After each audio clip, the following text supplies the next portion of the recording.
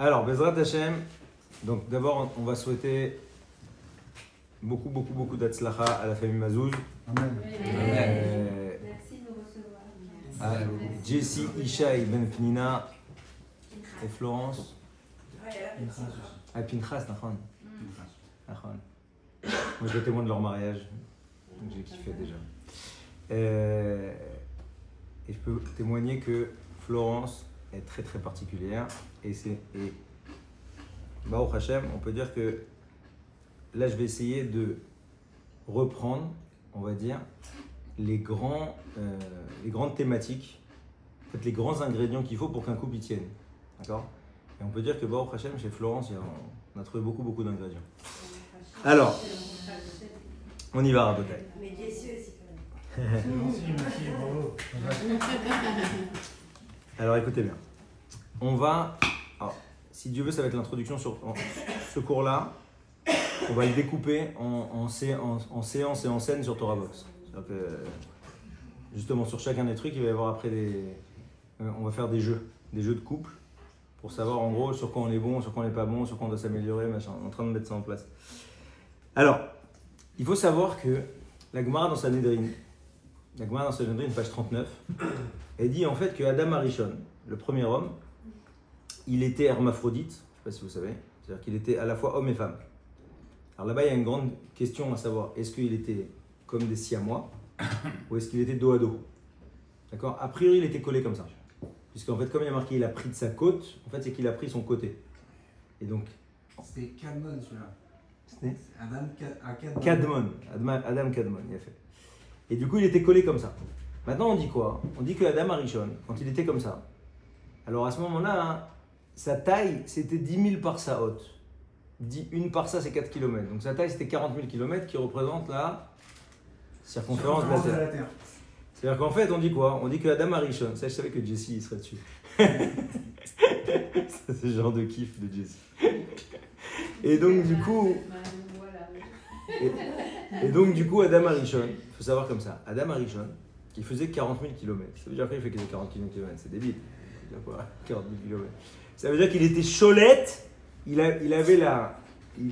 gérait, il était capable de maîtriser l'ensemble de la Terre, c'est ce que ça veut dire. C'est-à-dire que quand un homme, il est homme et femme, et qu'il est à la fois homme et femme, c'est-à-dire qu'il a attrapé les composantes masculines de logique, de trancher les choses, etc., et les composantes féminines de sensibilité, d'analyse, à ce moment-là, une fois qu'il a cumulé ces deux choses en même temps, il est capable d'être cholette sur le monde entier. Plus que ça, qu'est-ce qui a marqué? Que Adam Arishon, il a nommé tous les animaux. C'est comme ça que c'est marqué dans Bereshit. Il a nommé tous les animaux. Comment il les a nommés? Par l'essence de chaque animal. Ça veut dire quoi un chien? Kelev. Kelev, ça veut dire quoi? Kol alev. Il donne tout son cœur pour son maître, un chien. Khatoul, c'est qui se camoufle. Chassida, la cigogne. Chaque animal, il l'a nommé par son essence. C'est-à-dire que la capacité d'Adam Arishon, c'était qu'une fois qu'il est et homme et femme ensemble, il est capable d'attraper l'essence de chaque personne. D'accord? Et c'est ça en fait sa force. La force, c'est d'attraper l'essence. Ça, c'est la force d'Adam Arishon. Maintenant, qui c'est qui s'appelle Ben Adam dans toute la Torah? Qui on appelle Ben Adam? Yecheskel Hanavi. Yecheskel, je ne sais pas comment dire en français. Ecclésiaste. Donc celui en fait qui annonce. Jézéchiel. Je pense que c'est l'Ecclésiaste. En tout cas, hein, je suis quasi sûr. J'ai vraiment une petite bourre, on ne sait jamais. Et Bekitsour, qu'est-ce qui se passe à la fin des temps? Qui c'est qui annonce la fin des temps, le char divin, etc. C'est qui? Yecheskel. Yecheskel, le livre de Yecheskel. Maintenant, comment il appelle Yecheskel? Ben Adam. Ça veut dire que le plus haut niveau de prophétie, etc., c'est quoi Ben Adam? C'est quoi Ben Adam? C'est quand il est et homme et femme. Maintenant, qu'est-ce qu'il y a marqué? Il y a marqué qu'il a fauté. À quel jour la Gemara dans Sanhedrin a dit qu'il y a un doigt qui est sorti du ciel, qui les a coupés. En fait, le but d'un couple, c'est de redevenir Adam. Le but d'un couple, c'est que chacun devienne une création qui s'appelle Adam. Plus un couple il avance, plus un couple il solidifie, et plus il devient Adam. Et ce qui est extraordinaire, c'est quoi? C'est que plus ils avancent ensemble, c'est ça le but du couple, plus les gens ils sont collés ensemble, et ils se comprennent, et ils s'aiment, et ils échangent, et ils se collent, etc., plus ils se ressemblent physiquement. Truc extraordinaire. Je ne sais pas pourquoi, mais en fait on sait pourquoi. Parce qu'en fait, comme ils réagissent aux mêmes choses, ils sourient au même moment, et machin, etc., etc., donc en fait, ils ont les formes du visage, les rides, etc., qui s'impactent. Et du coup, petit à petit, ils commencent à avoir les mêmes expressions. Parce qu'en fait, ils sont collés l'un à l'autre. C'est ça qu'on attend. On attend que chaque couple, ils deviennent Adam. Ça veut dire qu'ils sont tellement ensemble que d'un regard, ils se disent « Ah, là, je vais lui faire ça, là, ça va lui faire plaisir, là, machin, là, tac, tac, tac, tac. » Et c'est ça un couple. Donc ce soir, Bezrat Hashem, on va essayer en 3 parties de définir, ce que c'est que l'amour. Ce que c'est que l'amour, parce qu'il y a marqué que un homme, il y a marqué que Adam, Azav, et aviv et imo veyu basar echad. C'est-à-dire qu'un homme, il doit abandonner son père et sa mère et devenir une seule chair avec sa femme. C'est quoi une seule chair? C'est des enfants. D'accord? La chair, c'est-à-dire la prolongation, c'est les enfants. Et c'est super parce que panim, pnim, ça veut dire que le visage, c'est pareil que l'intériorité. Et c'est pour ça qu'à jour, qu'est-ce qu'il a fait? Il a fait en sorte que les enfants ils ressemblent aux parents, pour que les parents ils soient engagés et sur leur visage et sur leur intériorité. C'est une responsabilité que ton fils, c'est marrant, il a tourné, l'autre il a ça truc. Il fait en sorte qu'il te prolonge à travers tes enfants. Ça c'est fantastique. La responsabilité elle est énorme. Un truc, un gosse, en combien de temps tu peux le casser? Les gens ils vont chez des thérapeutes, pourquoi? 90% juste pour réparer ce que leurs parents ils leur ont fait. Et Malasot, c'est comme ça. C'est pourquoi maintenant on donne une double part à l'aîné. Pourquoi dans la Torah on donne une double part à l'aîné? Parce que c'est le brouillon, miskin. L'aîné c'est le brouillon. Toutes les erreurs des parents, ils le font sur l'aîné. Après ils s'améliorent. Moi, nous on a 8 enfants. Bon, c'est sûr et certain que le niveau de stress, de machin sur les derniers, il n'a rien à voir avec les premiers. Les premiers on était hyper, on voulait que ce soit des... J'ai retrouvé des tests de QI que j'ai fait à ma fille à 4 ans et demi. Maintenant l'autre c'est un débile, il fait rien, on s'en fout, on est toujours content. Et c'est ça qui est super, ça veut dire que c'est plus du tout la même chose. Plus on avance dans le temps et puis on découvre que maintenant au début, tu les vois, tu lui mets une pression de ouf au gosse. Au début les premiers, tu leur mets une pression de malade. Donc comme il a une pression de malade, on lui donne une double part pour rattraper un peu. En tout cas, ce qu'il faut comprendre, c'est qu'on va essayer d'analyser à travers 3 dossiers. Qu'est-ce que c'est que l'amour? Et on va diviser l'amour en 3 morceaux. L'amour, encore une fois, c'est mon analyse à moi, ça ne vaut que à travers mon prisme à moi. C'est pas, maintenant, je vais vous ramener des sources dans la Gemara, dans la Torah, etc. Mais c'est ma partie à moi. Moi, j'ai défini l'amour comme un mélange de 3 choses. Pour qu'il y ait de l'amour, il faut qu'il y ait de l'amitié, de l'admiration et de l'intimité. Il faut qu'il y ait 3 niveaux. C'est ma théorie, d'accord? Il faut qu'il y ait de l'amitié, il faut que les gens ils soient copains. Ensuite, il faut qu'il y ait de l'admiration, il faut que chacun trouve des choses vraiment intéressantes chez l'autre. Et ensuite, il faut de l'intimité. D'accord? Il faut qu'il y ait du toucher, il y a toute une partie physique qui est hyper importante. Ça, c'est l'amour. Maintenant, pour qu'il y ait un couple réussisse, il faut qu'il y ait de l'amour et il faut qu'il y ait un travail personnel. D'accord? Parce que l'amour, ça ne tient jamais s'il n'y a pas de travail personnel. Il faut comprendre un truc. Sans travail personnel, il n'y a pas de couple. Donc ce qu'on va faire après, on va analyser quel est le rôle actif qu'il faut, d'accord, pour avoir les traits de caractère pour être un bon conjoint. Et j'ai défini 9 grands traits de caractère. Si on les a tous, on est un super mari, une super femme. Si on les a pas tous encore, on travaille. Mais j'essaie de faire un truc assez exhaustif. Ensuite, une fois qu'on a et de l'amour et qu'on fait un travail perso, donc, et on a une attirance et une intimité, machin, etc. Et en plus on bosse, alors à ce moment-là on rentre dans la 3e partie du couple qui s'appelle un projet de couple. Ça veut dire qu'on est capable de se projeter et on est capable surtout de passer les épreuves. Une fois qu'on est hyper solide ensemble, qu'on s'aime, etc. et qu'en plus on bosse toujours, il ne faut jamais s'arrêter. Nous on a des couples, ils ont 45 ans de mariage, ils ont 3 ans de mariage. Ils n'ont rien donné dans le couple, c'est bidon quoi.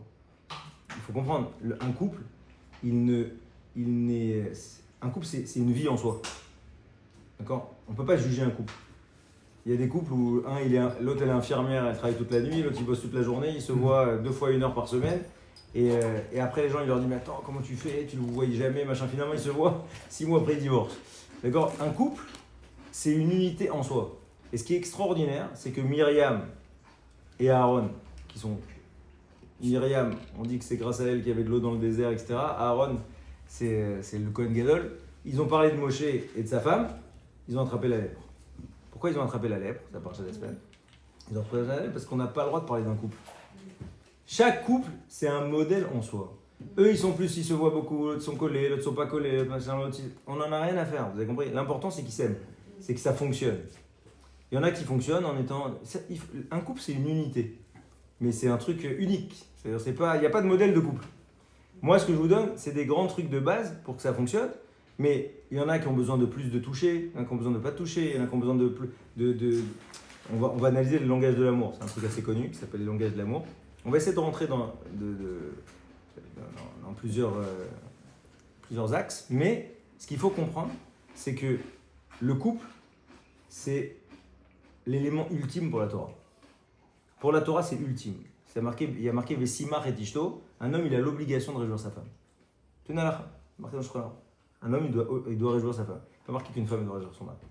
C'est pourquoi? Parce qu'on sait très bien que la femme, elle a beaucoup plus tendance, sauf quand elle est dégoûtée, mais elle a beaucoup plus de tendance à aller vers son mari, à écouter, etc. Elle a besoin de son mari. Ça, c'est sa malédiction. D'accord? La malédiction de la femme, c'est qu'elle a un besoin ultime de son mari. Comme il y a marqué quoi? Il y a marqué Teshukater. Son désir, il sera vers son mari. Une femme, elle a besoin de se sentir écoutée, elle a besoin de se sentir aimée, elle a besoin de se sentir enlacée, elle a besoin. Que l'homme, il n'a pas besoin. L'homme, il a beaucoup moins besoin que ça. Mais attention. On va rentrer dans le truc. Mais en tout cas, ce qu'il faut comprendre, c'est que la femme, elle est nekeva. D'accord? Nekeva, ça veut dire quoi? Que la femme, elle est lacunaire. Et en fait, elle a besoin d'un mari. Elle a lacunaire, elle a des trous. Et en fait, elle se remplit que grâce à son mari. C'est pour ça qu'une femme, elle a sans arrêt besoin d'encouragement, de trucs. Elle a besoin. Pas toutes les femmes, c'est pas. Mais il y a des femmes qui ont beaucoup moins besoin. Il y a des femmes qui ont besoin de services rendus. Donc, besoin tac, que leur mari soit là, mais elles n'ont pas besoin de plus que ça. Mais en tout cas, le principe, c'est quoi? C'est que de la même manière que dans la halacha, il n'y a pas marqué qu'une femme, elle doit faire des enfants. La mitzvah de Piria Verivia, c'est la mitzvah du mari, pas de la femme. Pourquoi? Parce qu'une femme, elle a envie de faire des enfants. Le mari, tu dis, il faut payer, il faut truc, il faut se galérer, il faut machin. Donc le type, il va dire pourquoi tu me rentres là-dedans? D'accord? Donc, le but, Bezrat Hashem, c'est d'arriver à comprendre comment on peut réussir un couple et faire en sorte qu'il dure. Alors, on y va. Donc, j'ai défini que l'amour, Ahava. Alors, Ahava, c'est sympa en hébreu. L'hébreu, c'est magnifique, hein, parce qu'en fait, la notion de valeur numérique et le lien entre les chiffres et les lettres, c'est extraordinaire. Ahava, la valeur numérique de Ahava, c'est quoi? 13. 13, c'est quoi? C'est Echad. En fait, l'amour, c'est quoi? Le véritable amour, c'est quand on arrive à faire que un avec l'autre. D'accord? C'est ça, Echad. Ahava, c'est Echad. C'est-à-dire qu'en fait, mais c'est pas que je m'annule. Si un couple, il y en a un qui s'annule par rapport à l'autre, c'est pas un couple. Dans un couple, au contraire, il faut que chacun existe et chacun se développe. Et en fait, ils forment. Il y a un terrain qui permet aux deux d'exister. Pas qu'il y en a un qui écrase l'autre. S'il y en a un qui écrase l'autre, c'est zéro comme couple. Ça s'appelle pas un couple. Le couple, c'est quoi? C'est que moi, j'ai envie de faire exister l'autre. Lui, il a envie de me faire exister. Donc, du coup, comme on se fait tous les deux exister, on s'adore. Parce qu'on sait que l'autre, même si c'est une galère, imaginez maintenant une femme, ils habitent le 17e, avenue Niel. D'accord? Ils ont je sais pas combien de loyers. Et en fait, finalement, la femme, elle dit non, écoute, maintenant, elle travaillait, je sais pas, elle était avocate. Elle gagnait, je sais pas, 5-6 000 euros par mois. Et finalement, du jour au lendemain, elle vient, elle dit écoute, j'ai réfléchi, mais en fait, ça y est, j'aime pas du tout. Je vais faire de la peinture. Le mec, qu'est-ce qu'il vaut, lui? Il vaut au moins 6 000. Et ben, en fait, c'est ça la force. La force, c'est que le couple, les gens, ils se mettent au niveau de l'autre et ils essaient de réfléchir à qu'est-ce qui est bon pour lui, qu'est-ce qui est sympa pour lui. Et ils font quoi? Ils font fi de ce qui est plus simple pour eux. Ah, ça, c'est un couple. Petit à petit, ça devient un couple. Vous avez compris? Et Akadosh Baruch Hu, après, il ouvre. Parce qu'une fois que toi, tu te mets entre parenthèses sur tes 6 000, alors Hachem, qu'est-ce qu'il fait? Il te prend des 6 000 là, il te les met sur un autre dossier. Parce que pour lui, c'est rien d'envoyer 6 000 là ou d'enlever les... C'est rien du tout. Combien de types qui étaient au top? Là, hier, j'ai rencontré un bonhomme. Ça m'a fait de la peine. Je suis rentré dans un penthouse à Beit Vegan. Un truc, une bombe atomique. D'accord? Penthouse, 200 mètres carrés, une vue de taré et tout. Où à Tel Aviv? À Jérusalem. Ça, c'est très très bien. On continue après. Et du coup, qu'est-ce qu'il y a? J'arrive là-bas et en fait, je dis comment. C'est bon, je lui demande mais comment vous avez réussi? Et le type il n'a pas fait d'études et tout. Je dis comment vous avez réussi à faire ça et tout. Il me dit j'ai monté une boîte. Le type il avait monté une boîte où il embauchait des ouvriers. Il mettait à disposition des ouvriers pour les grandes sociétés de construction, spécialisés dans les grues. C'est marrant, comment dans les grues. Il n'y avait que des mecs qui sont des machins de grues. Grutiers. C'est marrant quand même. Et le type, il s'est mis ça en tête, il est monté à 500 personnes. Il a pu s'acheter ça. Entre-temps, ils lui ont monté un dossier, la mafia russe, il s'est retrouvé avec zéro. Et aujourd'hui, ils sont en train de lui prendre sa maison, ils sont en train de... Tu vois comment Akadosh Baruch Hu, il fait... C'est ça qui est incroyable. C'est-à-dire que... Tout ça pour dire quoi? Que Akadosh Baruch Hu, il veut tester ton couple là, et là, et là. Et il va voir comment tu réagis. Puisque le but, c'est de se construire, comme il a dit David. Mais le but, c'est de se construire. Donc, comment on voit comment un type il va construire? Il y a marqué ce qu'on dit tous les jours. Qu'est-ce qu'on dit à Shabbat? Leagid baboker chazdecha. Mizmor shel yom HaShabbat. Qu'est-ce qu'on dit dans Mizmor shel yom HaShabbat? Leagid baboker chazdecha. Ve'emunatra balelot.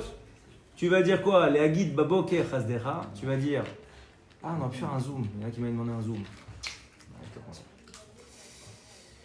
Leagid baboker chazdecha. Tu diras... C'est bonté le matin et tu diras ta foi la nuit. Ça veut dire quoi? Baboker chazdecha, quand tout est jour, quand tout va bien. Ah merci Hachem, c'est facile, d'accord. C'est facile, tout va bien. Il a une femme, tout va bien, il cartonne dans son travail, il machin, il est organisé, tout va bien, c'est facile. La guide baboker chazdecha, c'est facile. Mais emunatra, balelot. T'as emuna, on va voir quand t'as pété ta bagnole. T'as un contrôle fiscal, on t'a monté un dossier comme ça sur toi. Ah, là, on va commencer à voir ce que t'as dans le ventre. Et c'est ça, comment on voit quand un couple il va bien? Quand un couple il est solide.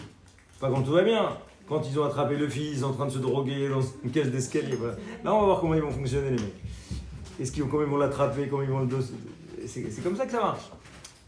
Il faut comprendre, chacun a ses dossiers. Chacun a ses bugs, chacun a ses problèmes. Si un homme il n'a pas de problème pendant 30 jours, la Gemara dans Echin, elle dit que ça veut dire qu'Hachem il lui paye son monde futur ici. Ça n'existe pas de ne pas avoir de problème. Ça n'existe pas. Puisque Hachem sans arrêt il teste les gens. Et il te truc, et il t'avance, il veut te faire bouger, et machin. C'est non-stop. Non-stop. Alors on y va. Donc on a dit qu'il y a 3 grandes composantes à l'amour, pour l'amour. Première composante, il y a un type qui s'appelle Gottman. Très sympa. En thérapie de couple. C'est le numéro 1 mondial de la thérapie de couple. C'est les Américains. Tu vois avec sa petite kippa là. Hein. Numéro 1 mondial. Hein. Il a des millions de bonhommes qui le suivent. Il a vendu des dizaines de millions de livres. Et en gros, il dit la base numéro 1 du couple, ça doit être l'amitié. L'amitié. Il faut qu'ils soient copains. Il faut qu'ils soient copains. C'est-à-dire qu'ils ne sont pas copains, ça ne peut pas tenir. Ils doivent être copains, ils doivent passer du bon temps ensemble. Ils doivent se faire des blagues, ils doivent machin, ils doivent rigoler, ils doivent se charrier. Ça, c'est un couple. Ils doivent être copains. D'accord? Ça, c'est la première base. Avant l'amour, les grands mots, etc., c'est l'amitié. Il faut être amis. D'accord? Et c'est pour ça que quoi? Qu'est-ce qu'il y a marqué dans la Gemara? Il y a marqué qu'il y a 3 étapes dans un couple. Il y a marqué que la première étape du couple, c'est la bourre. Non, la première étape du couple, c'est c'est vous comme ça. Donc la première étape du couple, c'est des couples, c'est des amis. D'accord? Ça veut dire quoi? Ça veut dire que tu peux toujours divorcer. C'est ton conjoint, c'est ta copine, d'accord? Mais tu peux toujours te séparer. La deuxième étape, c'est ma sœur. Et la troisième étape, c'est ma mère. Alors, c'est pas oedipien, c'est très fort. C'est l'idée en fait que quoi? Qu'est-ce qu'il dit Yitzhak? Elle est ma sœur. Qu'est-ce qu'il dit Abraham? Elle est ma sœur. Pourquoi il marque elle est ma sœur? Ça veut dire qu'on a atteint un tel niveau de proximité, qu'on est plus des... Les frères et sœurs, ils se chamaillent, ils se truquent, ils machin, mais jamais ils peuvent se séparer. C'est des frères et sœurs. Tu veux dire, même s'ils se disputent, même si machin, l'autre il t'appelle, il te dit viens, écoute, j'ai un problème. Tout de suite, tu vas. Ça, c'est un frère et sœur. Ça, c'est déjà le deuxième niveau du couple. Ça veut dire quoi? Quand t'es frère et sœur, ça n'existe pas le divorce. Le divorce, c'est déjà un truc qui ne veut plus rien dire. T'es frère et sœur, qu'est-ce que tu veux? Tu vas te débarrasser de ton frère et ta sœur. Le dernier niveau, c'est quand le couple il commence à s'appeler papa, maman. C'est quoi papa, maman? C'est qu'en fait, en vérité... Ah, dis quoi les gars? C'est quoi en fait? C'est l'idée que quoi? En fait, l'autre il m'a tellement construit qu'en vérité il m'a donné beaucoup plus que mon père et ma mère. La naissance elle était biologique, mais en vérité mon mari m'apporte beaucoup plus. Bon exemple madame Massan. C'est-à-dire que mon mari m'a apporté beaucoup plus à la fin que m'a apporté mon père et ma mère. Et là on arrive dans quoi? Le vrai couple. C'est quoi le vrai couple? Sus, Verochevo, Rama, Vayam. Comme ça ils expliquent les Chachamim. Quand on dit dans Asia Sher Moshe, il y a marqué quoi? Sous verochevo ramahavayam. Le cheval et son cavalier, ils coulent dans la mer. Quand c'est un vrai couple, quand il y en a un qui coule, en général l'autre il coule. Et en fait, ils sont tellement liés, le cheval et le cavalier, que quand il y en a un qui coule, l'autre il coule. Et même si la femme elle arrive à tenir, parce qu'en général le mari quand la femme part, lui il part en 2 secondes, mais je parle des vrais coups, c'est-à-dire qu'ils sont ensemble depuis 50 ans, ils ont tout construit ensemble, etc. Et la femme, même quand elle se bat, parce qu'elle a encore, elle a ses filles, elle a ses enfants, ses petits-enfants, elle est cassée ses filles. Ça, c'est pas la même femme. Sans son mari, c'est pas la même femme. Ça n'existe pas. C'est pas la même femme. Elle n'a pas le même goût dans sa vie quand il n'y a plus son mari. Elle parle d'une veuve, moi. Donc c'est quoi l'amitié? L'amitié, c'est des bons moments. C'est s'écouter, c'est rire. Et c'est ça qui est très beau. Yitzhak Avinu. La marque Yitzhak, c'est quoi? C'est Midat Adin. C'est-à-dire que, faut comprendre comme ça. Abraham Avinu, c'est Midat HaChesed. Abraham était dans le don sans arrêt, dans la bonté sans arrêt. Et comme il était trop dans la bonté, il n'a pas pu construire le peuple juif. Pourquoi? Parce que la bonté, que donner, ça fait des tordus. Si vous donnez à votre gosse, vous dites oui, vous êtes sûr d'avoir un futur assassin, d'accord? Une catastrophe. Vous avez qui? Ishmaël, ou un bon rien. Ishmaël. Et donc il a eu Abraham, il a eu Yitzhak, mais il a eu Ishmaël. Ishmaël, c'est quoi? Pas de notion de propriété. Puisqu'en fait, comme tout à toi, tu as tout le temps, bah, du coup, pas de propriété. Ça, c'est Ishmaël. Ça s'appelle quoi? D'après les Chazal, ça s'appelle Chesed de Betouma. De la bonté impure. La bonté impure. Qu'est-ce que tu fais? T'as pas envie de te prendre la tête? Qu'est-ce que tu fais? C'est quoi la bonté impure aujourd'hui? Dessin animé. Télé. Non, tu veux? ça va. Ah, une fois. Téléphone, Tiens, vas-y, prends le téléphone, vas-y. Laisse-moi tranquille. Tiens, mon chéri, tiens. Et voilà, c'est bon, vous êtes tranquille. Vous avez tué vos gosses. Ok, voilà. Et donc, smartphone, c'est la pire catastrophe qui existe. Mais qui te sauve? Mais il faut. Mais bien sûr, il faut donner à manger au lieu de ça. Il faut mieux Non, ça veut dire que. contrôler. Ouais, mais c'est très dur. Impossible. Smartphone, c'est très dur. Bref, en tout cas, tout ça pour dire quoi? Ça s'appelle Chesed de Betouma. Donc Abraham Avinu, il n'a pas eu le mérite de construire le peuple juif parce qu'il n'était pas équilibré. C'est trop de faire venir des gens qui viennent de chez toi, de gauche, de droite, de faire des tentes ouvertes. N'importe quoi. Imagine, tu fais une tente ouverte à 4 coins, c'est-à-dire que tu n'as pas de maison, tous les gens ils sont chez toi toute la journée. Comment tu construis ton couple? Il faut que tu aies une femme qui soit une ange. C'est pas Paris, c'est pas sain de faire un truc comme ça. D'accord? Yitzhak Avinu, c'est trop dur. D'ailleurs, quoi? C'est sympa. Vous voyez qu'Abraham, il a fait plein de convertis. Avec Yitzhak, ils sont où? Ils sont barrés. Il n'y a plus de convertis, d'accord? Vous voyez qu'il n'y a plus de convertis avec Yitzhak. Abraham, il a marqué qu'il a ramené plein de gens. Mais après Yitzhak, on ne voit plus personne. Parce qu'ils sont tous barrés. Trop dur. Donc du coup, qu'est-ce qu'il a fait? Il a fait Esav. Un meurtrier. D'accord? Trop dur, trop de pression, trop de stress, machin. Il a fait Esav. Yitzhak, il a eu et Yaakov et Esav. Sauf que, et après Yaakov, qu'est-ce qu'il y a eu? Yaakov, il a fait il a équilibré ce qu'on appelle Midat HaEmet.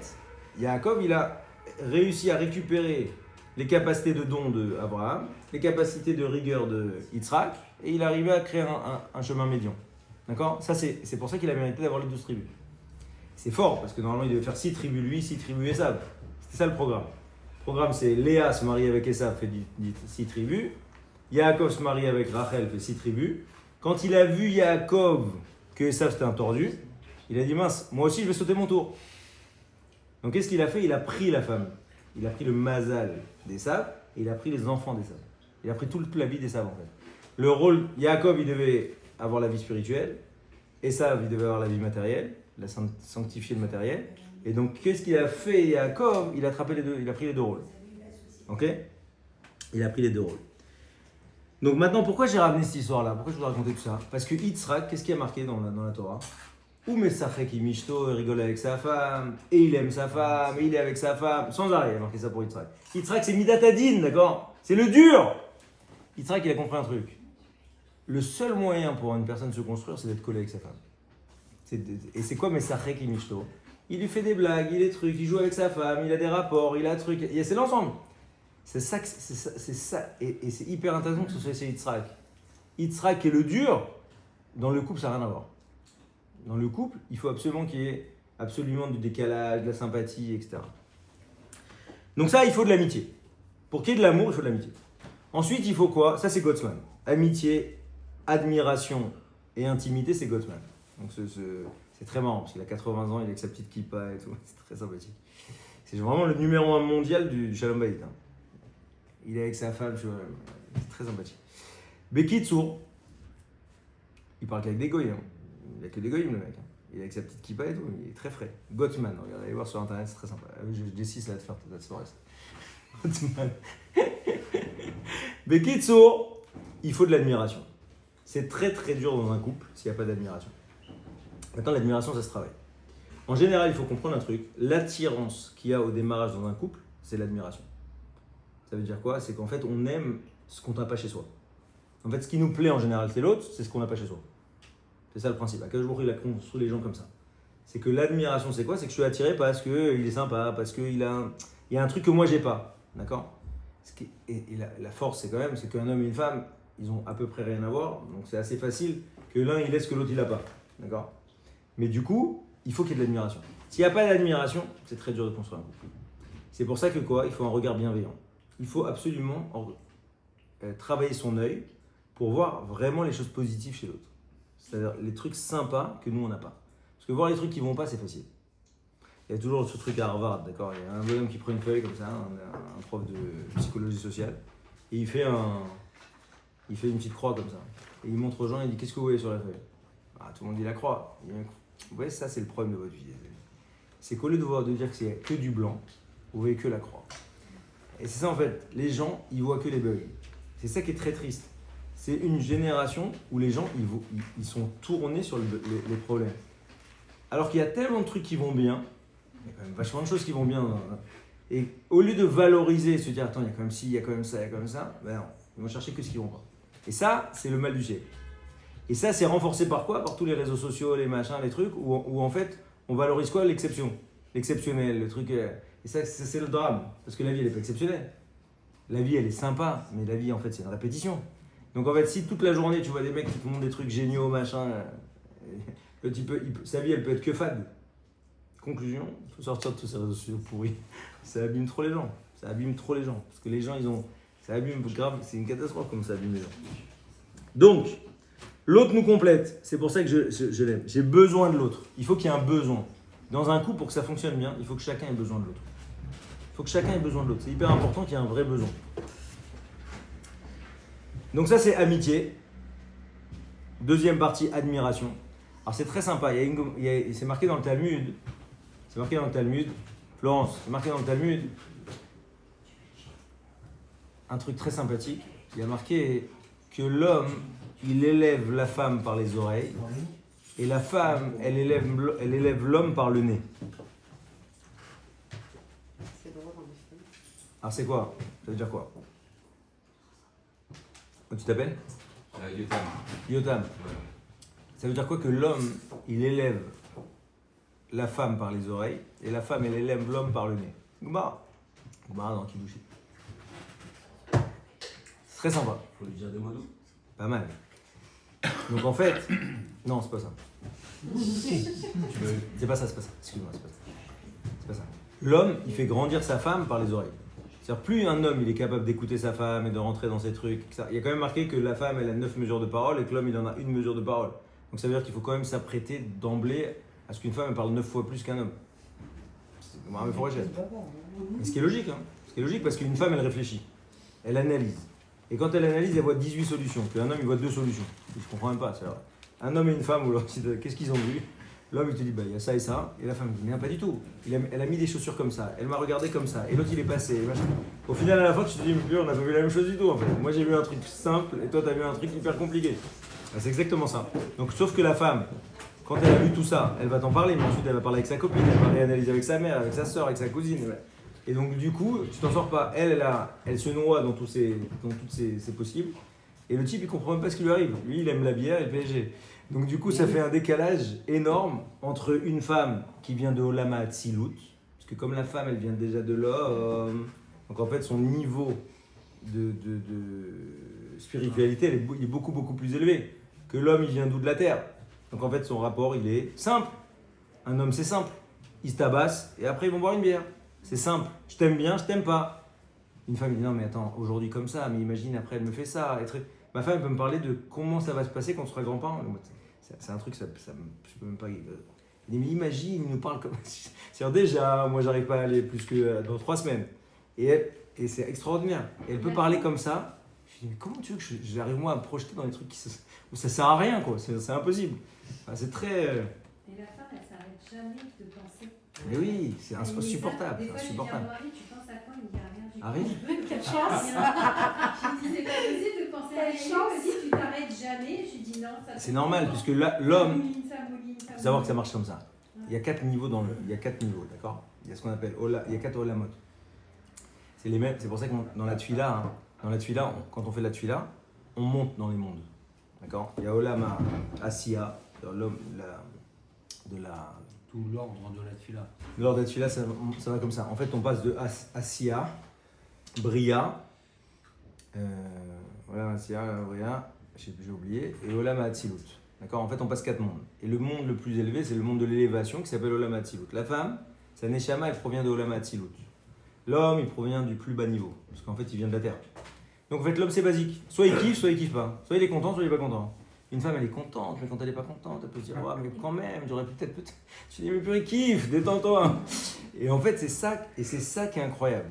C'est ça qui est incroyable. Donc du coup, c'est pour ça que la femme, elle n'a pas besoin d'étudier la Torah. Elle n'a pas d'obligation d'étudier la Torah, parce qu'en fait, elle est déjà tout le temps sans arrêt. Donc, comme elle est sans arrêt déjà, tu vois, si tu le rajoutes de la Torah, elle va se suicider. Donc, du coup, et c'est pour ça que l'homme, lui, il a besoin de ça justement pour faire cet effort-là. Et c'est pour ça que l'homme, il ne peut pas devenir tzaddik sans se marier, ça n'existe pas.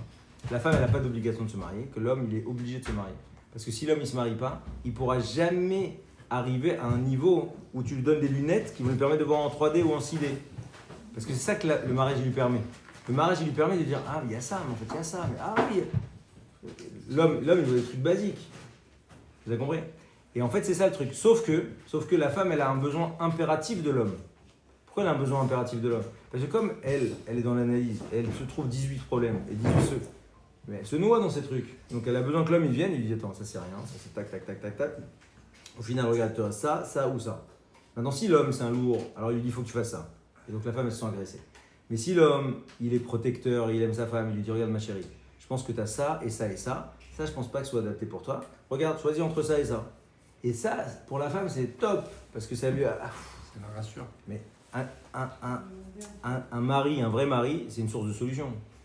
Une femme, elle ne peut pas avoir des solutions parce qu'elle en a trop.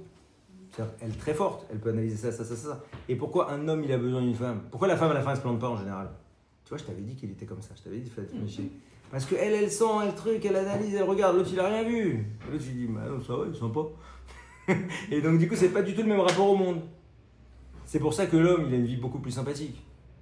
Parce qu'il se prend pas la tête, il est beaucoup plus simple. La vie masculine, c'est quand même vachement plus sympathique. Pourquoi on dit tous les matins chez Loa Sanija? Parce que c'est insupportable. D'être une femme, c'est très très dur. Tout le temps, il fait ça. Et si mon fils est comme ça, et si ma fille, machin, elle est tout le temps en train de se casser la tête, tout le temps en train de... et ça la blesse, et ça la touche, et s'il m'avait dit ça, et machin. Et même quand elle va bien, elle dit mais purée, ça va peut-être... C'est très dur.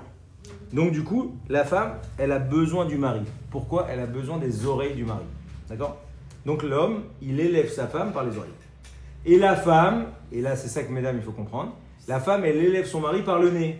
Plus elle lui dit, ah t'es magnifique, parce qu'on dit en hébreu, on dit la harim af. Ça veut dire de lever le nez. Quelqu'un qui se la joue, on dit, il lève son nez. Et en fait, c'est ça, le but de la femme, c'est qu'elle doit lui dire, ah, t'es merveilleux, t'es au top, t'es génial. Hop. Et plus le mari il a ça, et moins il a besoin d'aller dehors. Puisqu'en fait, une fois qu'il trouve ça chez sa femme, alors il est au top. Si elle lui dit, ah t'es super, t'es génial, machin, et ça suffit. Lui, il est construit par ça. Donc en fait, la femme, elle a besoin des oreilles, pourquoi? Pour pas aller ailleurs. Sinon, elle va délaisser son mari. Une fois qu'elle voit qu'il écoute pas. Bah, elle va chez ses copines, elle va truc, et là, elle va trouver Tony au bureau. Très sympa, Tony. Tony, il en a rien à taper d'elle, mais par contre, elle y croit. Et donc, c'est parti avec Tony. Et maintenant, l'homme, c'est pareil. S'il trouve pas que sa femme elle lui dit t'es super, je t'adore, t'es génial, oh là, comment tu fais pour se faire, oh là là, et je peux vraiment compter sur toi et machin, qu'est-ce qu'il va faire? Il va avoir besoin de briller dehors. T'as compris? Donc en fait, le couple, c'est vraiment ce qui te permet d'avoir un truc équilibré. Donc t'as pas besoin de vivre dans le regard des autres puisque t'es déjà bien chez toi. Et le troisième élément qui fait qu'il y a de l'amour. Donc pour qu'il y ait de l'amour, il faut qu'il y ait du fun, qu'il y ait de l'amitié, etc. Il faut qu'il y ait de l'admiration, c'est hyper important. Donc mesdames, c'est hyper important de valoriser. Et messieurs, c'est hyper important d'écouter, même si pour vous, ça obéit à des règles mentales qui sont complètement hors du commun. Et il faut comprendre, un homme, s'il vous raconte sa journée, ça prend 47 secondes. Une femme, si elle vous raconte sa journée, ça prend 47 minutes. Ça veut dire... Et elle a fait exactement pareil qu'hier et qu'avant-hier et machin. Mais elle a vu ça et attention, ah oui, elle va te raconter qu'elle a mangé ça. Et c'est un peu salé aujourd'hui. Maintenant, un homme, il ne sait même pas ce qu'il a mangé le midi, d'accord? Et donc, du coup, c'est ça qui est fantastique. C'est que les deux, Akadosh Baruch Hu, il a fait en sorte que l'homme, il se mette au niveau de sa femme. Et la femme, elle a un besoin impérieux, que le mari aussi, il l'aide et trucs. Et c'est ça un couple. C'est qu'ils ont un besoin existentiel d'être ensemble. Pour être bien. Sinon, ils ne peuvent pas être bien. Et pour que, évidemment, et ça c'est plus masculin, il faut impérativement qu'il y ait quoi? Qu'il y ait une intimité. Alors, c'est quoi l'intimité? C'est le toucher, ce qu'on appelle le toucher. C'est la tendresse. Et évidemment, ça va jusque à tout ce qui est relation intimes. Et ça, c'est hyper important. Alors, évidemment, c'est beaucoup plus important pour les hommes que pour les femmes. D'accord? Mais c'est très, très fondamental. Au sens où, d'après la Torah, il y a marqué que la table de la maison. Pourquoi on n'a pas le droit de s'asseoir sur une table, par exemple? On n'a pas le droit de s'asseoir sur une table. Parce qu'en fait, on explique que chaque maison, c'est comme le sanctuaire. Chaque maison, c'est comme un Beth Amikdash. Et dans le Beth Amikdash, la table, c'est le misbéach, c'est l'autel. Donc, la table, c'est comme l'autel des sacrifices. Et la chambre à coucher, c'est le Kodesh HaKodashim. Ça veut dire qu'il faut comprendre un truc.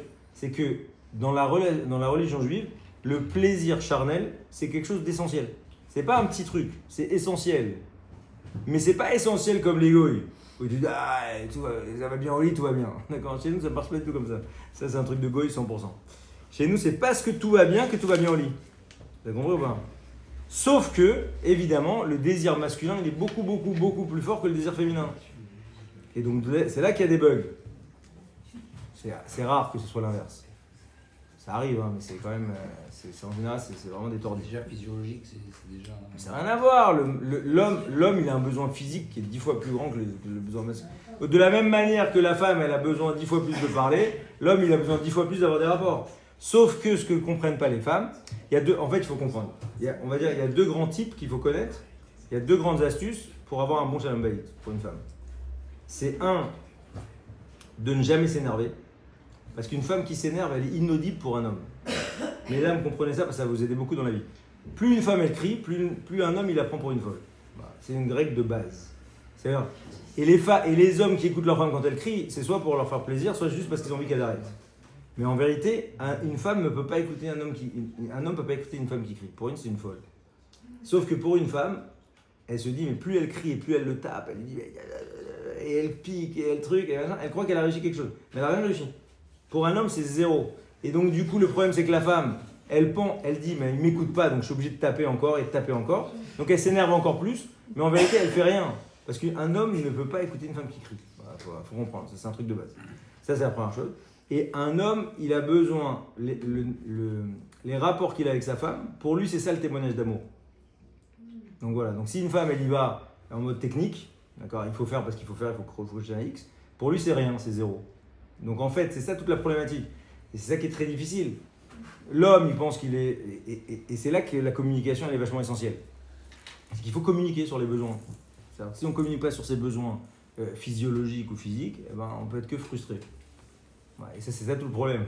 C'est que les hommes, ils pensent qu'ils sont dans des films et que la femme va leur sauter dessus. La femme, elle n'y pense même pas parce que aucun rapport avec ça.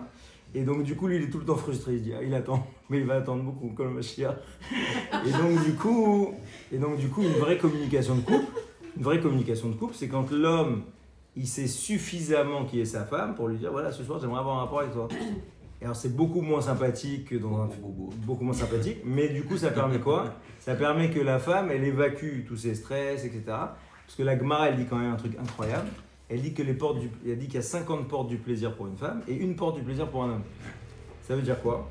Ça veut dire que pour qu'une femme elle atteigne un plaisir, il faut qu'elle connecte 50 trucs différents. Tellement sa tête elle est là, et trucs et ses enfants.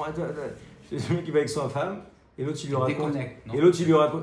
Et la femme, c'est pas pourquoi. Elle dit, ah, au fait, j'ai oublié le goûter de. Je lui dis, mais qu'est-ce que tu me parles de ça? Et en fait, la femme, elle est tellement connectée à 50 milliards de trucs, le type est devenu un fou. Il dit, mais de quoi tu me parles maintenant? Et je me suis occupé d'un couple de chassidim. La fille, j'étais mort de rire. Le mari me dit, vous pouvez dire à ma femme que, je sais pas, quand on est en pleine action, je sais pas pourquoi, elle voit que le drap il est pas bien mis, elle s'arrête, elle remet le drap. Je lui dis, mais moi, je suis à fond dans mon histoire, le remet le drap, j'ai envie de partir. Et c'est ça qui est intéressant, c'est qu'une femme, pour qu'elle atteigne, hors la halakha, il faut savoir quand même, qu'une femme, si elle n'a pas d'orgasme, elle peut demander la ketouba à son mari. C'est une halakha mais fourchette, c'est une halakha. Le divorce. Le divorce et qu'il lui paye sa ketouba. Parce que si une femme elle se barre, maintenant la femme elle dit je veux plus être avec toi, elle ne reçoit pas sa ketouba. Normal, elle se barre. Une femme qui s'en va, elle peut pas recevoir sa ketouba parce que la ketouba c'est quoi? C'est un engagement pour qu'elle puisse vivre normalement après le mariage. Donc c'est un montant qu'on lui donne pour qu'elle puisse survivre entre guillemets. Maintenant elle veut partir, tu vas pas lui donner sa ketouba. Maintenant une femme qui vient qui dit mon mari, il m'empêche de voir ma mère. 30 jours. C'est marqué dans Gittin. Elle peut demander le divorce, elle reçoit sa ketouba. Parce qu'une femme, elle a besoin de voir sa mère.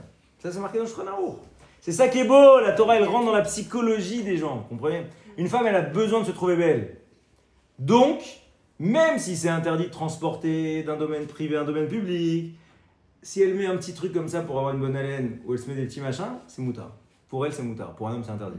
Pour une femme, c'est moutard parce qu'on sait qu'une femme, elle a besoin de se trouver belle. Imagine la femme, elle pense qu'elle a une mauvaise haleine. Donc qu'est-ce qu'elle veut? À l'époque, ils avaient ce qu'on appelle palaïton. Palaïton, si vous êtes dans Maseret Shabbat, ils avaient une espèce de petit tube comme ça, qu'elle mettait en collier, et comme ça, dès qu'elle parlait, elle se mettait un petit coup de riclès. Et du coup, mais pourquoi la Torah? Parce que la Torah, elle connaît l'intimité des gens, parce que Akadosh Baruch Hu, il a créé l'homme. Donc comme il a créé l'homme, c'est la marque le fabricant, il te dit comment ça marche. C'est ça qui est très fort. Donc du coup, c'est hyper important d'avoir une bonne intimité. Maintenant, il faut comprendre quand même que dans la Gemara, il y a des pages entières pour expliquer comment donner un orgasme à sa femme. Des pages entières. C'est-à-dire qu'on n'est pas dans des trucs que tu dis, la Gemara, elle Talmud, purée. Mais c'est essentiel. La Gemara dans Nida, désolé pour ceux qui n'ont que des filles, la Gemara dans Nida, page 31b, page 26a, la Gemara elle dit quoi? Elle dit qu'un type qui donne son plaisir à sa femme avant de prendre son plaisir lui-même, de ce rapport-là, il aura un garçon. Celui qui prend son plaisir avant de donner à sa femme, il aura une fille. Ça, c'est marqué là. C'est un Gemara dans Nida. Donc celui qui a 18 filles. Donc en gros, c'est ça qu'il faut comprendre, c'est que ce n'est pas possible.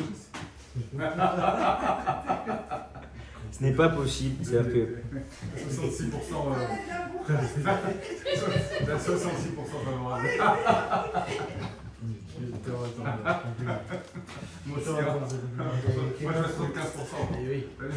Alors, donc vous avez compris, le truc c'est ça. C'est que ce qui est important, c'est ça qui est beau dans la bourse. Ce qui est important, vous avez pigé ou pas? Ça c'est une Gemara dans Nida. Ça veut dire quoi? Ça veut dire que fondamentalement, un homme, il doit donner du plaisir à sa femme. C'est une obligation. C'est marqué Minatora. Où est-ce que c'est marqué Minatora? Celui qui dit je donne 1000 euros. Où c'est marqué dans la Torah qu'un homme, il doit donner du plaisir à sa femme? Minatora, c'est pas. Vous savez que dans chaque loi, on a ce qu'on appelle Deoraita ou des Rabbanan. Ça veut dire, est-ce que ça vient, c'est une loi de la Torah, ou est-ce que c'est les sages qui ont rajouté la loi?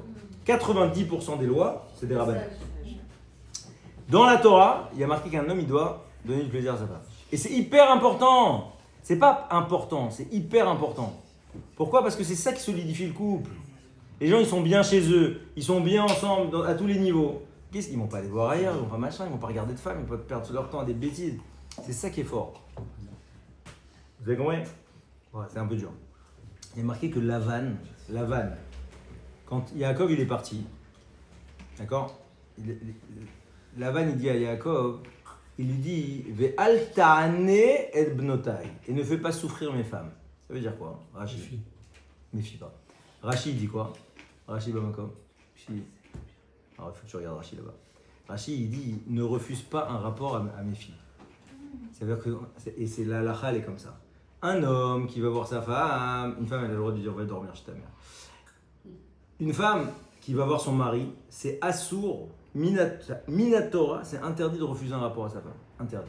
Jamais. Le mec il est mort, il revient de 3 jours de trucs, il n'a pas dormi, il a fini 2 bouteilles de bourra, il n'a pas le droit de refuser un rapport à sa femme. Assourd. Assourd. C'est hyper assourd. Ça va. Pourquoi? Parce qu'une femme, elle n'est pas dans la demande. Donc comme une femme, elle n'est pas dans la demande, si elle est vraiment dans la demande, alors c'est une vraie souffrance pour elle. Tu la rejettes, la fille, elle se sent dégueulasse, elle se sent truc. Que le mari, bon, il a tenté sa chance une fois de plus. C'est tout. C'est Vous mignon avez pour compris, une ouais. femme, pas C'est pour un mignon, homme. voilà, c'est mignon pour une femme, pas pour un homme. Quoi, la oui, chérie. C'est bon? Vous avez compris? Donc ça, c'est l'amour. L'amour, c'est une... On va dire que c'est une... combinaison d'amitié, donc de sympathie, d'admiration et d'intimité. C'est parce qu'il y a tout ça ensemble qu'on aime l'autre. S'il manque un des morceaux, on aime moins. D'accord? Alors maintenant, avant de passer à la deuxième partie... Ah, putain, c'est l'heure israélienne. Je me dis, ouais, il est presque minuit. Avant de passer à la deuxième partie, je voudrais vous expliquer une théorie qui est sympa. Donc, le numéro 1 en Shalom Bayit dans le monde, en théorie de couple, c'est Gottman.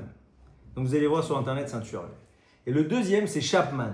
Un, c'est un fudge, l'autre, c'est un gros chrétien, il parle du Christ toutes les deux pages. C'est pas du tout le même. Il s'appelle Chapman. Chapman, il a vendu 20 millions de... Nahon, comme Spider-Man. Et j'ai bien aimé ce que tu disais. Tu l'avais dit une fois et je bien aimé. Chapman, il a vendu 20 millions de bouquins. C'est pas mal. Quand tu as vendu 20 millions de livres, c'est que ça marche. Il y a un grand principe. En emuna bagoyim, aval yesh chochma bagoyim.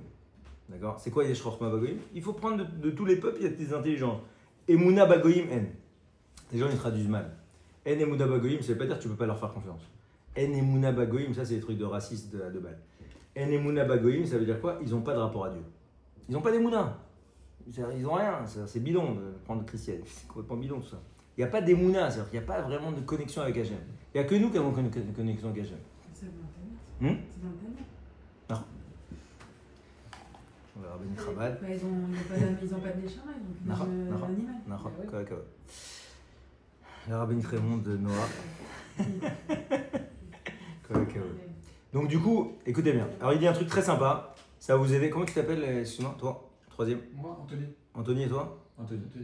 Je suis démarqué par le Alex. Alors écoutez bien, Anthony, écoutez bien. Il y a un principe qui est vachement important. Il y a un type qui s'appelle Gary Chapman. Gary Chapman, il a écrit une théorie vachement sympa. Il a écrit la théorie des langages de l'amour. En fait, il explique un truc très beau, très simple. Il dit, de la même manière que si tu mets du diesel dans ta voiture essence, tu vas noyer le moteur.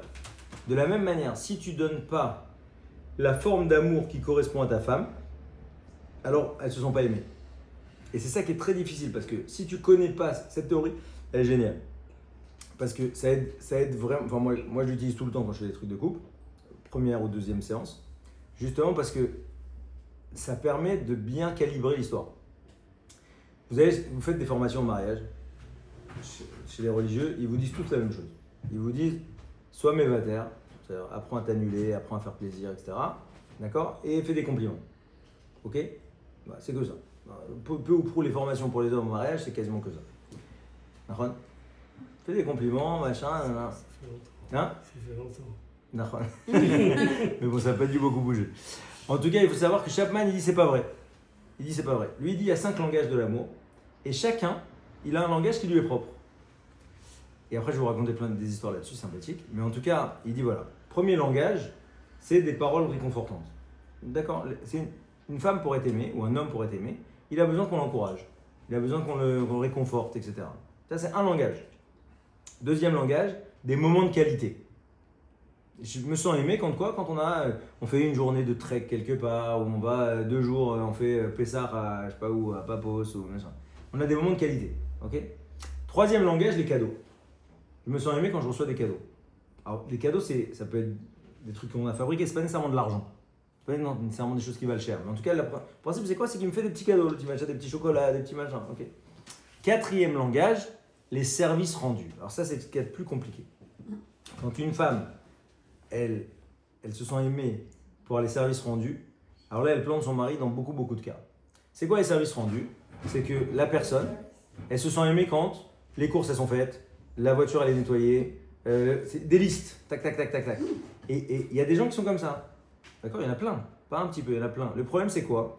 C'est que si tu lui fais un peu différemment de ce qu'il veut, alors elles ne se sentent pas aimées. C'est-à-dire, si par exemple, je sais pas, il faut que les enfants ils soient prêts à 7h10. Okay, la personne, elle est hyper figée sur 7h10. L'autre, il dit, moi, je te prépare les enfants 7h15. Il dit, moi, c'est comme si tu m'as rien fait. Moi, je l'ai vu à 7h10. Je me suis occupé d'un couple comme ça de Nice. Des gros religieux. Et hyper intéressant. Le mari, un bonbon. Un petit chlou, sympathique. Toujours, il regarde sa femme avec des yeux comme ça et tout. Vraiment mignon. Et dès qu'elle est pas bien, il prend une journée de congé. Vraiment, le mari top. Et on parle, je lui dis qu'est-ce qui se passe, etc. Il dit bon, c'est facile, ça fait 10 ans qu'on est mariés. Pour moi, c'est un colocataire. Et encore, c'est même pas un colocataire, mon mari. Je lui dis c'est bizarre quand même, il a l'air vachement mignon, votre mari. Elle me dit pour moi, c'est même pas. Au mieux, c'est un colocataire. Il m'aide à rien, il me sert à rien. C'est dur quand même. Et la femme, prof de maths, hyper carré et tout. Bon, bah sauf. Après, j'ai compris qu'en fait, chez elle, son langage de l'amour, c'est les services rendus. Donc si maintenant, c'est les services rendus, que lui, en fait, il lui fait les courses, mais quand il lui fait les courses, il lui achète pas exactement ce qu'elle demande. Quand il lui prépare les enfants, il manque toujours des chaussettes, ou il manque un machin, ou c'est pas à l'heure exactement qu'elle veut. Pour elle, c'est zéro. Parce que en fait, l'amour, il sera manifeste uniquement que si c'est exactement ce que je veux moi. Et ça, en fait, c'est une forme qui est difficile parce que... Donc, qu'est-ce que je lui ai dit? J'ai dit, regarde, c'est facile. Est-ce que vous pouvez me donner 3 choses que si votre mari il les faisait, alors vous vous sentiriez vraiment aimé? Elle m'a donné 3 trucs. J'ai dit, regardez, maintenant que vous m'avez donné ces 3 trucs, j'ai fait comme un cahier des charges. Je lui ai dit, voilà. Préparer les enfants. Ça veut dire quoi? C'est quoi pour vous préparer les enfants? Ah, j'ai noté. Comment il faut qu'ils soient habillés, comment est-ce qu'il faut qu'il y ait un assortiment de couleurs, pas d'assortiment de couleurs, est-ce que machin, comment... Et j'ai noté, mais des trucs de ouf. Hein. Attention, la femme, elle était vraiment spéciale. Hein. Elle faisait les chalotes le dimanche. Donc, c'est vraiment, elle était spéciale, la femme. Organisée. Hyper organisée. Pas organisée. Archi organisée.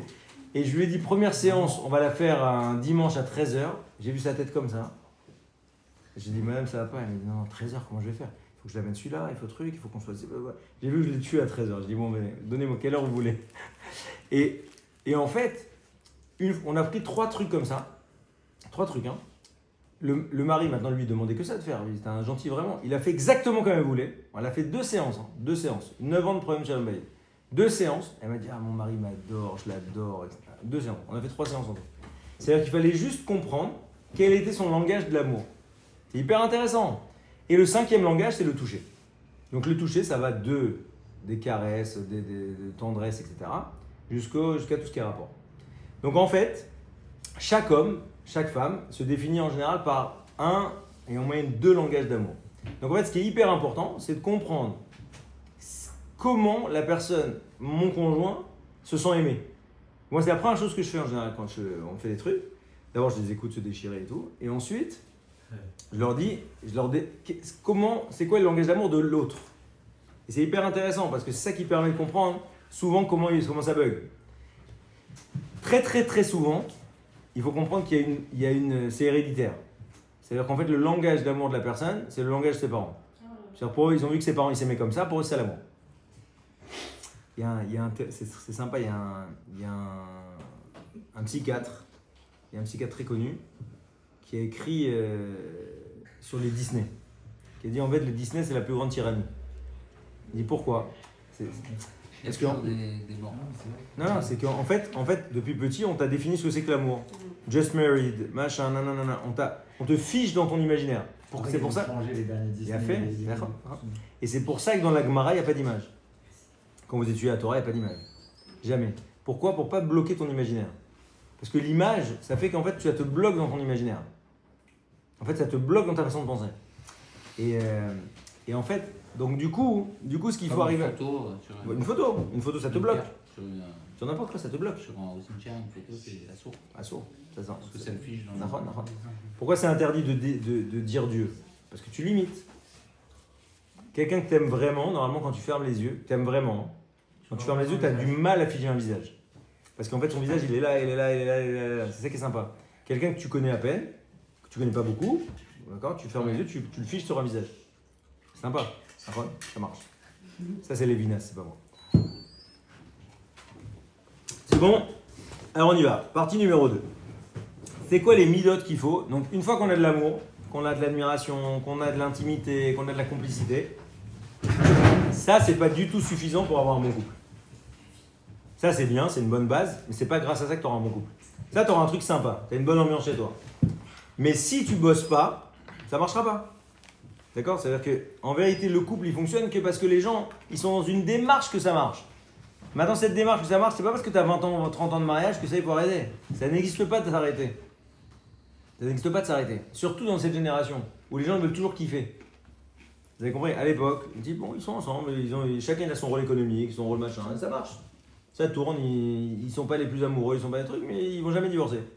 Cette génération, c'est pas du tout comme ça. Si les gens ils kiffent pas, alors après ils disent, ah non, ça va pas, moi on me considère pas, on me regarde pas. Et là c'est parti, tac, tac.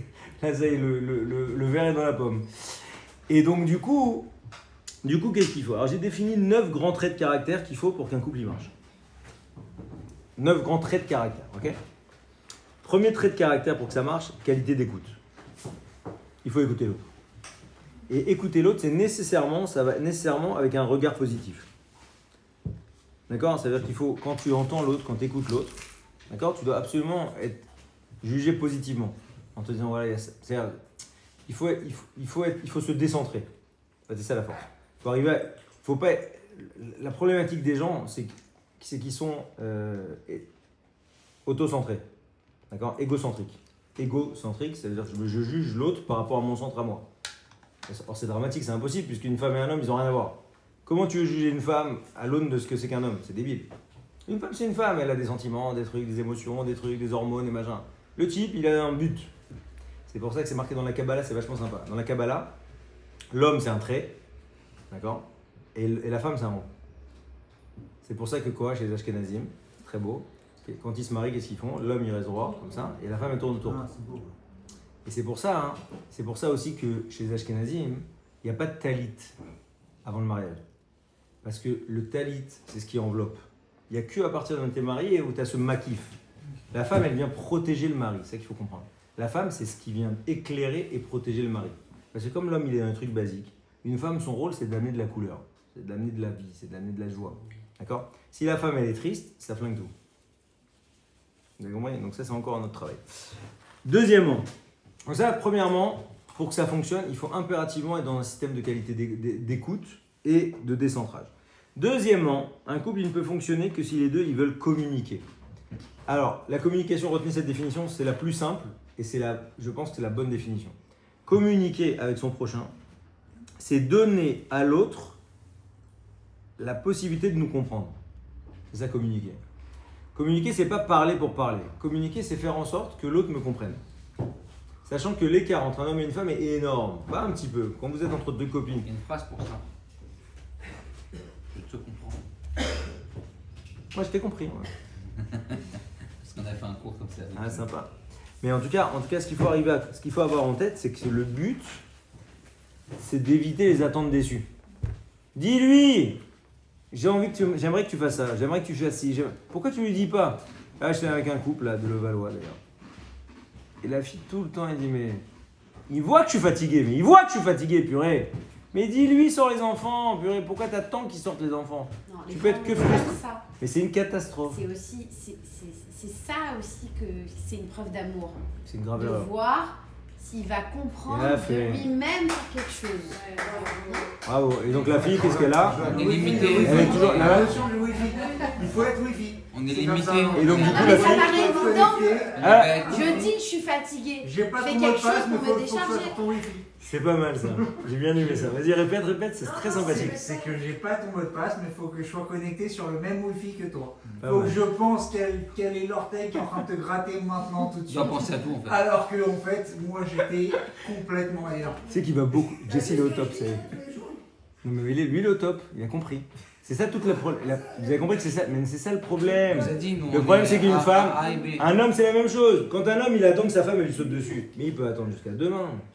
Si maintenant, il lui dit gentiment, écoute chérie, tu sais que j'aimerais vraiment qu'on se retrouve ce soir et machin. La fille, qu'est-ce qu'elle va faire? Elle va pas prendre tel et tel téléphone qui va l'angoisser. Elle va se mettre en condition. Que le type, lui, il a pas besoin. En 2 secondes, il est en condition. Maintenant, Et quand on doit l'annoncer quand à la veille quelques heures.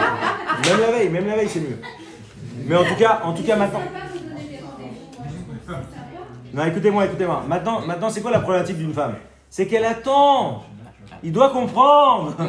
Mais le problème, c'est que lui, il va jamais comprendre. Donc, elle sera toujours frustrée. Et c'est dommage, c'est de la perte de temps. Pourquoi on est dans un couple? Un couple, c'est une équipe. Si moi, maintenant, je joue au foot. Regardez, 2 secondes. Je joue. Je parle, faute arabe. Je parle. Si maintenant, la femme, elle se sent très fatiguée. Ou bien la femme, elle a vraiment envie de sortir. Ou elle a vraiment envie de voir sa copine parce qu'elle n'a pas vu depuis longtemps. Elle vient de San Francisco, tu comprends. Nanana. Mais si elle lui dit pas, elle lui dit, ah, tu sais qu'elle vient. Oui, alors. Voilà, Bah vas-y, elle vient. Mais purée, mais dis-lui gentiment, ça me ferait très plaisir que tu gardes les enfants, ça fait... Et c'est tout, mais pourquoi t'attends qu'il te propose? Et là, t'es que frustré. Et c'est ça qui est dommage, la communication. La communication, c'est pas parler. La communication, c'est se faire comprendre. Si quelqu'un, il fonctionne comme ça, alors le couple, il va bien marcher. Parce qu'ils seront pas frustrés, l'autre, il est déçu de l'autre. Pourquoi t'es déçu, t'as envie qu'il t'achète un truc? Dis-lui, ça me ferait plaisir que tu m'achètes. Oui, tu sais... J'aime bien ça. Ça me fait mal aux pieds ces chaussures. Mais c'est quand même clair que tu dois m'acheter de nouvelles chaussures. Je comprends pas. Et des Louis Vuitton, s'il te plaît. Mais vous avez compris. En vérité, c'est ça toute la problématique. C'est que si tu enlèves tous ces trucs à 2 balles de communication, où la femme, elle dit clairement, chérie, je suis fatiguée, sors les enfants. Au lieu qu'elle dise, je suis fatiguée. Mais purée, mais dis que tu veux qu'il sorte les enfants et te perdre ton temps. Le mec, il est gentil, il a envie. C'est pas qu'il a pas envie. Dans la réalité, c'est l'homme qui doit deviner. Mais c'est n'importe quoi. Chérie, alors c'est sûr. Les enfants. Mais c'est Oui, merci, ce serait bien. Alors, on arrive à le 3e point. Le 3e point, Rabotaï, le 3e point, on va enchaîner un petit peu. Mais vraiment, ce truc-là de communication, retenez ça, c'est que c'est dommage. Il y a tellement de problèmes de couple juste parce qu'ils se disent pas les choses. Mais dis-lui, dis que tu as envie de sortir, dis que tu as envie d'acheter, dis les choses, c'est dommage. Perte de temps pour rien. 3e, encore une fois, 3e, la gentillesse. La gentillesse, il faut. Pour qu'un couple il fonctionne, il faut que les gens, ils ont envie de faire plaisir à l'autre, ils ont envie d'être gentils avec l'autre. C'est la différence qu'il y a, alors là il y a 2 niveaux. Il y a 2 niveaux pour que ça marche. C'est la différence qu'il y a entre la tzedaka et le chesed. La tzedaka c'est quoi? C'est quoi la tzedaka? Je t'ai demandé, donc tu me donnes. Le chesed, c'est j'anticipe ton besoin. C'est un autre niveau, d'accord? Un mari qui aime vraiment sa femme, il doit être sans arrêt en train de se dire qu'est-ce qui pourrait lui faire plaisir. Une femme qui aime vraiment son mari doit être sans arrêt en train de dire. Sauf que je ne l'ai pas mis avant la communication, je l'ai mis après. Parce que d'abord, pour que ça fonctionne, il faut que les deux ne soient pas déçus. Parce que le problème, c'est que la vie de couple, c'est plein de cicatrices. Et là, il m'a fait. Nous, on ne veut pas de cicatrices. On n'a pas besoin. Vous savez, c'est toujours l'exemple de cet enfant qui, ce type, vous connaissez, il y a une histoire comme ça d'un type qui s'énerve. Son père, pour qu'il arrête de s'énerver, il a une idée. Il lui dit, regarde ce que tu vas faire. À chaque fois que tu t'énerves, tu vas planter un clou dans le mur. Vous connaissez ça? En gros, je finis quand même. Et après, tu cloues. Et à chaque fois que tu vas arrêter de t'énerver, d'accord? Tu vas arrêter de mettre des clous. Allez, maintenant, le gosse, la personne, elle arrête finalement de mettre des clous. Et il dit, maintenant, tu vas enlever les clous. Chaque fois que tu t'es contenu, tu enlèves les clous. Et à la fin, qu'est-ce qui reste? Plein de trous. C'est-à-dire que c'est ça le problème. Vous achetez une voiture neuve. Au début, quand vous achetez une voiture neuve, vous êtes comme des oufs. Chaque petit trait, chaque petit machin. Maintenant, plus ça avance, t'as pris un coup là. Bon, ouais, ça va, encore un. Mais c'est ça le problème. Nous, on veut que notre couple soit une voiture neuve. On veut que ce soit une Ferrari. On veut pas que ce soit une voiture éclatée qui va à la casse. Donc, du coup, 3e, de la gentillesse. 4e, pour que ça fonctionne, les anchonis, il faut de la flexibilité. Flexibilité, hyper important. Il faut être flexible. Ta femme, surtout avec une femme. Une femme, c'est dramatique. Celui qui n'est pas flexible avec une femme, il peut que mourir. D'accord? Parce que la femme, elle te dit un truc. Après, finalement, sa copine, elle lui a dit un truc. Et après, finalement, elle a pensé. Et en fait, elle t'a dit un truc, le lendemain, elle te dit exactement l'inverse. Je te dis, c'est pas possible, tu te moques de moi. C'est un type, il est quand même assez stable. Une femme, il suffit qu'un. Moi, il y avait un homme comme ça, je me souviens de toute ma vie. Un ouvrier, vraiment un type qui n'avait pas beaucoup d'oseille. Et sa femme voulait des Louis Vuitton. Donc, il a économisé pendant 4 mois pour lui acheter des chaussures. Et il lui a acheté des chaussures. Et elle les a mis une semaine, après elle les a mis dans un placard, elle les a pas remis. Et il m'a dit, tu te rends compte? J'ai mis de l'argent tous les mois, tous les jours, pour qu'elle lui achète des chaussures. Elle les a mis 3 fois. Et après elle les a balancées, elle les a plus jamais remis. J'ai envie de la tuer, un truc comme ça, j'ai envie de la tuer. Et sauf que moi je lui ai dit, mais t'as pas compris. Il suffit qu'il y ait sa mère ou une copine qui lui a dit, mais écoute, ça te va pas, ça te grossit, ça te truc, ça te va, mais quand tu ressens, c'est fini. La nana c'est terminé, elle est éclatée. Elle a pris ces trucs, elle peut pas supporter, ça y est, c'est fini. Mais un homme, il peut même pas comprendre ça. Il dit, c'est une folle furieuse. Elle m'a gonflé avec ses loups, putain. Moi, la femme, après 5 ans de travail, elle bossait chez Shell et chez Butaga, un truc comme ça, mais elle bossait vraiment beaucoup. En fait, il lui donnait les fins de mois. Il fallait qu'elle sorte les chiffres pour la bourse. Clôture insupportable. Donc elle faisait 3 ou 4 nuits comme ça par mois, un truc bidon chez Alstom et chez truc. Finalement, elle m'a dit, je vais arrêter de travailler. Je lui ai dit, ok, alors arrête de travailler. Elle a arrêté de travailler. Au début, elle passait à 8 ans, après elle a arrêté de travailler. Et après 3 mois, elle m'a dit, en fait, c'est quoi? En fait, j'aime pas travailler. C'est-à-dire, elle t'a gonflé pendant je sais pas combien de temps pour arrêter de travailler, t'as trouvé tout un système pour récupérer son salaire. Et après, elle dit, en fait, j'aime pas du tout pas travailler. Et c'est ça en fait, il faut être flexible. Sauf que ce qu'on arrive à faire avec ses enfants, il faut arriver à le faire avec son mari. C'est très très différent les enfants. Les enfants c'est déséquilibré. C'est un enfant, il te crache dessus, à la fin il vient et te dit maman, ça y est c'est vrai. Ton mari te crache dessus, il te dit chérie, tu dis ouais, bâche ta mère. Et c'est ça qui est fort. C'est-à-dire que nous on doit arriver impérativement à ce niveau de flexibilité. C'est-à-dire de dire attends, je vais mettre à sa place. Qu'est-ce qui s'est passé? Pourquoi il dit ça? Les gens ils sont pas fous. S'ils font un truc qui paraît illogique, c'est qu'il y a des raisons sous-jacentes. Quelqu'un qui aime son conjoint, il dit mais alors, assieds-toi, explique-moi pourquoi. Et on veut comprendre l'autre. Et il y a toujours une raison à tout. Déjà dans la Torah, un homme il doit se comporter comme un roseau, on dit comme dans la flexibilité. Il faut être flexibilité. Flexibilité, c'est la valeur cardinale dans tout. Hors couple. Tu montes un business, ton meilleur client il tombe, machin, n'importe quoi, il faut toujours être flexible. 5e point, Amakir et Mekomo, il faut connaître sa place. Il faut connaître sa place, connaître son rôle. Ce qui est hyper important pour qu'un couple il marche, il faut que chacun ait sa place, son rôle. C'est-à-dire que si la femme elle fait l'homme et l'homme il fait la femme, on est foutu. D'accord? Ça marche pas. Ça c'est des trucs de pathos, ça marche pas. C'est-à-dire qu'une femme elle a un rôle, un homme il a un rôle. Alors c'est sûr qu'aujourd'hui, l'homme d'aujourd'hui il a 10 fois plus que l'homme d'il y a 30 ans, c'est évident. D'accord? Mais la femme elle bosse 10 fois plus qu'il y a 30 ans, donc c'est aussi. Voilà, une malasote. Mais en tout cas, quoi qu'il en soit, il faut impérativement que l'homme soit un homme et que la femme soit une femme. Si maintenant l'homme c'est la femme et la femme c'est l'homme, on est mort. Ça marche pas. Ça marche pas, ça flingue les enfants parce qu'ils comprennent rien du tout, ils ont plus d'autorité, ils ont rien du tout. Donc ça fonctionne pas. 6e point, ça s'appelle la Makir et Mekomo. D'accord, connaître sa place. 6e point, avant qu'Anthony s'endorme, le sens du compromis. C'est lui la kippa blanche. Le sens du compromis. Le sens du compromis. Un truc très important pour que ça marche, pour qu'un couple il fonctionne, il faut qu'ils aient pas de problème à réfléchir à des solutions. Il faut réfléchir à des solutions. C'est ça qui est vachement important. Pour que ça marche, il y a un truc qui va pas, machin. Viens, on s'assoit. Florence, il faut jamais se coucher fâché. Jamais. Alors, je vais vous expliquer pourquoi. Je vais vous expliquer pourquoi. Non, mais un truc très important. Un homme qui se couche, imagine, ils ont eu une embrouille. D'accord? L'homme, qu'est-ce qu'il va faire? Il va dormir. C'est logique, il s'en fout. Le lendemain, il se réveille, après, il voit sa femme comme ça. Il dit, ah oui, c'est vrai. Mais il ne s'en rappelle plus, lui. La femme, qu'est-ce qu'elle a fait, elle? Elle a ouvert 7 ans. Elle a fait 7 ans en arrière. Elle a connecté des trucs inconnectables en disant, en fait, ça, quand il a dit ça à sa cousine, maintenant j'ai compris. Et donc la fille, elle s'est partie, elle a fait un dossier d'avocat de 20, et que le mec, s'il n'avait pas dormi pendant 3-4 heures, et là il est parti pour 2 semaines à s'excuser, à trouver des solutions, il est mort le bonhomme. Et donc c'est pour ça qu'il ne faut jamais se coucher fâché. C'est débile, ça sert à rien. On est parti pour mourir ensemble, c'est ça le principe. On est parti pour 30 ans, 40 ans, 50 ans. Quand tu as une embrouille, tu le traites. C'est exactement pareil dans le business. Toutes les embrouilles pas traitées, elles vont t'exploser 10 fois plus dans la tronche. C'est comme ça. Ton client, moi je me souviens, on avait fait des trucs de Covid, on avait fait des fortunes. Et il y avait un des commerciaux, il n'avait pas traité un truc, un dentiste à 2 balles, on lui avait livré des, je sais plus quoi, comment ça s'appelait, des blouses mais dégueulasses, des trucs vraiment horribles. Mais on lui avait envoyé, on lui avait envoyé la fiche technique, on lui avait expliqué que c'était horrible, mais que c'était ce qu'il y avait, il n'y avait pas le choix, etc. Et du coup, mais ça valait, on avait fait on avait fait peut-être 30 millions d'euros de chiffre d'affaires. Ça valait 385 €. 385 €. Le commercial, il m'a fait remonter le truc.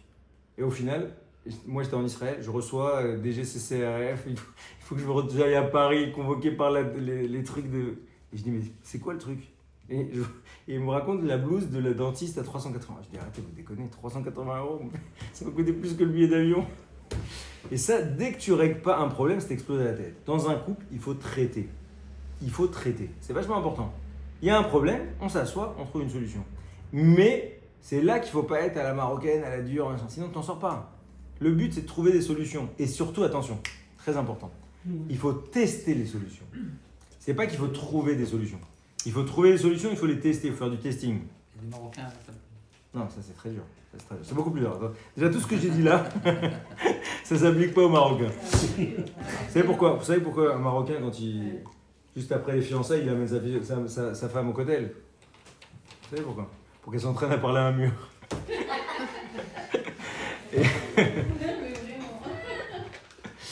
Bekitsour,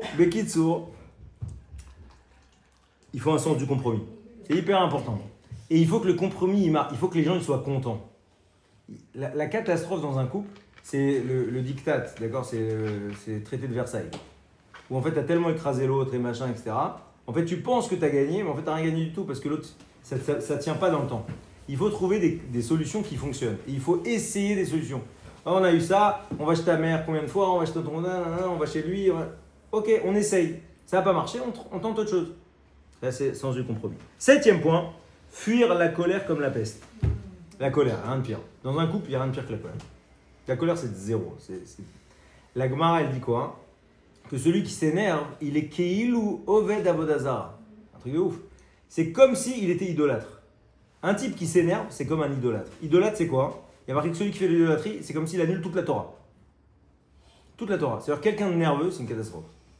Il doit travailler, il doit prendre des cachets, ce qu'il veut, mais en tout cas la nervosité. C'est-à-dire la colère. La colère, c'est. Alors chez les femmes, encore une fois, je vous ai dit maintenant, une femme qui s'énerve pour un homme, c'est une. Chez la femme, on a le droit, non? Exactement ce que j'ai dit tout à l'heure. Ils ont tous les droits. Ça veut dire qu'un homme, une femme qui s'énerve devant son mari, pour son mari, c'est une folle. Mais comprenez ça, parce que c'est dommage. C'est-à-dire quand une femme, elle comprend ça, elle gagne énormément de temps. Parce qu'elle pense qu'au contraire, ça lui donne un poids, mais ça lui donne 0 poids. Non, Et l'homme qui se met en colère devant sa femme, c'est un fou ou Non, c'est c'est de la Vodazara.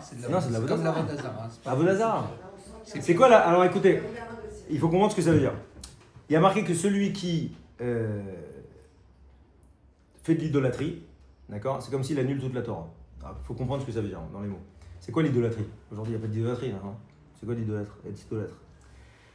Là-bas, il faut comprendre que l'idolâtrie, pourquoi c'est interdit? Parce que Adam, Mouad Leolam. Un juif, il est responsable sur tout. Tu fais un rêve, un fantasme, un machin, tout ce que tu veux, tu payes. N'importe quoi ce que tu fais, tu payes. C'est ça un juif. Un juif, il est responsable sur tout ce qu'il fait. Sur tous ses actes, sur toutes ses pensées, sur tous ses trucs. L'idolâtrie, c'est quoi? C'est l'inverse de la responsabilité. D'accord? C'est l'inverse. C'est que tu dis, c'est pas moi, c'est l'idole de machin. C'est pas moi, c'est pas de ma faute. Ah, mes parents ils étaient comme ça. Ah, mon prof il devait dire. Ah, c'est jamais de ta faute. Chez un juif, c'est d'abord de ma faute et ensuite je réfléchis. C'est ça un juif, c'est ça être juif. Être juif, c'est assumer de responsabilité, c'est que ça. Maintenant, ça veut dire quoi? Keilu Oved Avodazara. Ça veut dire qu'en fait, Keilu, ça veut dire comme si. D'accord? C'est pas de l'Avodazara. C'est pas de l'idolâtrie. Mais c'est comme si. C'est quoi comme si? Alors écoutez bien. Un bonhomme qui s'énerve, c'est qu'il pense que le monde il tourne autour de lui. C'est une gava en fait. C'est que de la gava. L'énervement, c'est que de la gava. La colère, c'est que de la gava. C'est comme si le monde il tourne autour de lui. En fait, on n'attendait que lui. Rav Yonatan Ben Chetrit, le frère de Rav Yechia Ben Chetrit, il donne un exemple qui est génial. Il dit, imaginez un type, c'est un fan de foot. D'accord, il adore. Les mecs, quand ils parlent de foot, ils ont des mémoires prodigieuses. Quoi. Ils peuvent te raconter 22 années de championnat et le but de un tel sur une action à droite. Un truc de ouf, quoi. Demain, je fais cours pour femmes seulement. D'ailleurs, à gaffe. Et Bekitsour, imaginez le type maintenant, il adore et tout, il est journaliste sportif, il a un entretien à l'équipe. D'accord? Il peut animer la section football à l'équipe. Il se met en costume, il se prépare 1h15 à l'avance, il a 20 minutes de route, il va prendre le bus, et là, il pleut des cordes. Et il y a un bonhomme à l'arrêt de bus qui est en train de lire son journal avec son pied qui dépasse. Finalement, l'autre, il le crochette, il tombe par terre, il est flingué. Qu'est-ce qu'il fait le type? Il se lève, il le massacre. Il se lève, il le défonce. Il le fracasse. Maintenant, imaginez la même histoire avec un enfant d'1 an et demi. En fait, il court, parce que oui, il y a le bus qui arrive, il court pour prendre son bus alors qu'il n'a pas besoin de courir. Finalement, en courant, il tombe pas sur le pied du mec, mais il défonce un gosse qui vole à 4 mètres. Qu'est-ce qu'il va faire? Mais il est tombé, il est dégueulasse, tout pareil. Qu'est-ce qu'il va faire? Il va ramasser le petit. Ouais, il va pas aller te défoncer. Il va ramasser le petit. Mais en vérité, dans les deux cas, c'est la même histoire. C'est pareil. Dans les deux cas, c'est un abruti qui court après un bus alors qu'il a 1 heure d'avance. Ça, c'est ça qui est lourd au Vodazara. C'est que je pense que le monde, il tourne autour de moi. En fait, la colère, c'est quand je pense que le monde, il tourne autour de moi. Akadosh Baruch Hu, qu'est-ce qu'il attend de toi? Il attend que si ça t'arrive, c'est pourquoi ça m'arrive à moi. C'est exactement l'inverse. C'est Hachem, il attend que tu te réfléchisses à pourquoi Hachem il t'a envoyé cette épreuve. Et pourquoi l'autre t'a défoncé ta bagnole. Et pourquoi ta femme elle te dit ça maintenant. Et pourquoi ton fils il a fréquenté celui-là. Et puis Tom, l'autre il est arrivé, il était hyper bien. Et finalement il y a un nouveau voisin qui est arrivé. C'est parce qu'il y a des réparations à faire en fait. C'est Hachem qui nous connaît. Il est prêt, à quel jour il éprouve les gens. Une épreuve, c'est pour qu'il y ait un tikkun derrière. Non, ça c'est encore plus long. Non, non, c'est une épreuve. Tikkun, c'est un morceau de un certain type d'épreuve. Pour nous faire comprendre quelque chose. Pour te faire grandir. Les épreuves, ça fait grandir. Les épreuves, qu'est-ce qui fait grandir le plus les gens? C'est les épreuves. T'as des bugs, t'as des machins. Qu'est-ce qui solidifie? C'est les épreuves. Qu'est-ce qui te fait changer? C'est parce que t'as raté ça et donc machin. C'est fait pour sortir le nez. Ce que tu n'aurais pas sorti. C'est badaï, c'est sûr. Jamais tu vas. Les épreuves, c'est. Non, les épreuves, ça fait. Ce que dit Florence, c'est que les épreuves, ça te permet de dévoiler des forces que tu n'aurais jamais imaginées. C'est ça les épreuves. Surtout qu'Hachem, il ne peut pas vous envoyer des épreuves que vous ne pouvez pas surmonter. Sauf dans le tikkun. Sauf dans le tikkun. Sauf dans le tikkun. Ou là, tu viens réparer un truc d'une vie d'avant. Oui. Sauf dans le tikkun. Mais en tout cas, vous avez compris, c'est ça la colère. C'est pour ça que la colère, c'est ce qu'il faut fuir. Par contre, là où la colère elle est essentielle, c'est avec les enfants. La colère avec les enfants, c'est essentiel. C'est-à-dire que, sauf que ça doit être joué. Si ça me fait du bien, c'est assourd. Le mec, ça lui fait du bien de défoncer son gosse, c'est assourd. Mais si maintenant, il vient et c'est hyper analysé et truc, mais par contre, il sait très bien qu'il doit marquer une frontière très claire, etc. Moi, je me souviens une fois, on était avec Rav Claude Lemel à la Shalom et on a amené, on allait à un mariage, je sais pas quoi, et mon fils, il a traversé n'importe comment. Et le Rav m'a dit, tu l'attrapes, tu le fracasses. Il a dit, c'est hyper important que ça reste dans sa tête que c'est interdit. Mais c'est un jeu. Dès que tu joues pas quand tu t'énerves, c'est assourd. C'est assourd. La colère, c'est assourd. C'est la pire des choses. La colère, c'est considéré comme le chametz. Chez les sages, on dit toujours que c'est le chametz, c'est ce qui gonfle. C'est quoi qui gonfle? L'orgueil. Pourquoi tu t'énerves? C'est de l'orgueil. Point numéro 8, la résilience. Pour fonctionner, il faut être résilient. Il y a eu ça qui va pas. Ok, bon alors, on va pas s'arrêter à ça. Et on avance. Ça veut dire quoi? Il y a toujours pire. Un autre point qui est vachement important dans un couple pour que ça fonctionne, c'est, donc on est point numéro 8, un truc pour que ça fonctionne, c'est l'autre me doit rien du tout. Si j'arrive toujours à me dire que l'autre me doit rien, et quand ma femme me fait une omelette ou un œuf, eh ben, je suis hyper content parce qu'elle finalement elle n'a aucune obligation de me faire rien, alors je serai toujours heureux. Et surtout, j'aurai quoi? Le pendant, c'est quoi? J'aurai toujours beaucoup d'akaratatov, beaucoup de reconnaissance. Ce qui fait que le couple il marche, c'est parce que la femme, elle est consciente de tous les efforts que le mari fait. Je schématise toujours, hein, attention. Ça ne fonctionne pas toujours comme ça, mais que le mari se bagarre pour l'argent, etc., etc. Et inversement, que la femme, elle se tue derrière à gérer les enfants, à gérer sa maison, à se structurer, à machin. Et en fait, à partir du moment où je suis capable de voir à quel point l'autre, il sort de lui-même pour moi, alors je peux être que heureux. Le problème, c'est de le formaliser. Il n'y a aucune raison qu'une femme, elle se tape toutes les lessives. Mais elle se tape toutes les lessives et machin, bah, tu dis merci beaucoup, c'est super. Mais si un homme il est capable de dire merci à sa femme pour une lessive, bah, sa femme elle va être au top. Parce qu'il n'y a personne qui dit merci pour une lessive. Et c'est ça en fait la force. Et aussi, un truc qui est vachement important, c'est que on doit toujours raisonner en termes de long terme. Toujours. C'est-à-dire que à long terme, ton petit problème là, réfléchis à hauteur de 20 ans, 30 ans. Qu'est-ce que c'est ton problème bidon? Donc si tu as une vision long terme, tu règles facilement les problèmes. Et autre chose par rapport aux enfants. Les enfants qui ont vécu dans des trucs où les types ils déchiraient tout le temps. Pour eux, ça va être un désastre. C'est très difficile de se marier, d'avoir une vision normale de ce que c'est qu'un couple. C'était vachement difficile. Donc, on fait aussi ça pour nos enfants. Ensuite, 9e point, dernier point, dans les midotes qu'il faut pour être un bon conjoint, c'est gérer ses priorités. Ça veut dire quoi? Ça veut dire que si vous voulez que ça marche hyper bien, il faut que votre femme, ça soit toujours la priorité numéro 1. votre mari, c'est la priorité numéro 1. Quelqu'un qui est capable de vivre comme ça, c'est un autre couple. C'est-à-dire quand son mari il passe avant ses enfants, c'est très dur pour une femme. De faire passer son mari avant ses enfants, c'est beaucoup plus dur pour une femme que pour un homme. Que son mari, sa femme, elle passe bien avant sa mère. Ça, c'est beaucoup plus dur pour un homme. Et donc, du coup, quand on est capable de dire, mais dans ma gestion de priorité, de toutes les manières, parce qu'il faut être intelligent, qui reste à la fin? Madame Masson, il reste qui à la fin? Il reste que sa femme, que son mari. Tout le reste, c'est mignon, les enfants, ils sont sympathiques, mais ils se barrent tous. Ils font leur vie. Et donc, le vrai investissement, c'est sur sa femme, sur son mari. C'est ça le vrai investissement. Donc, je répète, les midotes du bon conjoint.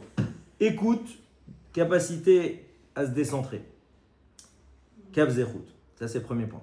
Deuxièmement, communiquer, c'est-à-dire être capable de dire à l'autre ce que je ressens, ce que je pense. Ce que je ressens, je ne l'ai pas assez dit. Hyper important. Ça m'a blessé, ça me fait de la peine quand tu me dis ça. Une femme qui est capable de dire ça me fait de la peine quand tu me dis ça, dans 90%, 98% des cas, le mari ne sait pas ça. Si oui, tu sais que ça m'a fait beaucoup de peine quand tu m'as dit ça, ça change tout. Le type, ça va lui faire de la peine, il va faire attention. Mais elle ne dit pas. Tu sais, il y a 8 mois, mais qu'est-ce que le mec, il y a 8 mois, ils s'en souviennent rien du tout, ils s'en tapent. Ça veut dire que si une femme, à chaque fois, elle formalise, ça changera tout. Mais si elle crie en disant tu m'as jamais. Le mari, il dit bon, ok, il s'en fout quoi. Vous avez compris, c'est dommage. Troisième point, la gentillesse. Quatrième point, flexibilité. Cinquième point, connaître sa place et son rôle. Le sixième point, le sens du compromis. Septième point, fuir la colère comme la peste. Huitième point, capacité de résilience. C'est-à-dire à dire personne ne me doit rien, on regarde le long terme. Et neuvième point, donner la priorité à son conjoint. Et donc quand on arrive à tout ça, c'est-à-dire l'amour tel qu'on l'a défini et un travail permanent sur les différents points dont on a parlé, voilà, vous avez compris que là on est déjà dans un truc costaud, un truc vachement solide. Et là c'est là que quoi? J'ai appelé ça horizon éternité. On a un avenir commun. Parce qu'en fait quand on s'aime et qu'on fait des efforts ensemble, il n'y a aucune raison ça n'existe pas, il n'y a pas de nuage quoi. Il faut comprendre, c'est pas, dans un couple, c'est pas qu'il n'y a pas de nuage. Il y avait une histoire très belle, il y avait un rabbin très très connu qui s'appelait Rav Shlomo Zalman Auerbach. Un des plus grands rabbins de Jérusalem, c'est Kol Torah, une yeshiva qui s'appelle Kol Torah, c'est celui qui a créé Kol Torah. Et c'est très beau parce que, normalement, sur la tombe d'une personne, on demande pardon. D'accord? Quand la personne est meurt, on dit Mechila, Slicha, Kapara, excuse-moi si je t'ai fait ci ou je t'ai fait ça. Et lui, à l'enterrement de sa femme, il a dit un truc super, ça a fait un buzz de fou. Il y avait 80 000 personnes à l'enterrement de sa femme. Et il a dit, je m'excuse de rien. Il a dit, je m'excuse de rien. Et il a dit, vous savez pourquoi je m'excuse de rien? Parce que dès que quelque chose n'allait pas entre nous, systématiquement on le traitait. Donc je sais très bien que tu m'en veux de rien, parce qu'en fait, il n'y a pas un truc qu'on n'a pas traité. Il ne sait pas qu'on n'a pas eu d'embrouille, mais on les a tous traités. Ça, c'était magnifique comme message. Le but, c'est ça n'existe pas des couples qui n'ont pas de problème. Mais ça, c'est normal. C'est des visions du monde qui n'ont rien à voir, c'est machin. Mais par contre, une fois qu'il y a une volonté de les traiter, tout va bien. Le problème, c'est que les gens, ils sont fainéants. C'est fatigant d'aller traiter, d'aller vers l'autre, de réfléchir, de se mettre à la place. C'est fatigant, c'est non-stop en vrai. C'est ça qui fait que le couple marche. Donc, un avenir commun, même direction. Ah, truc très très important, même langage avec les enfants. D'accord? C'est hyper important d'avoir une seule parole. Ça veut dire quoi? Vous pouvez ne pas être d'accord, ça c'est pas grave. Mais il faut que quand il y en a un qui parle, l'autre il se la ferme.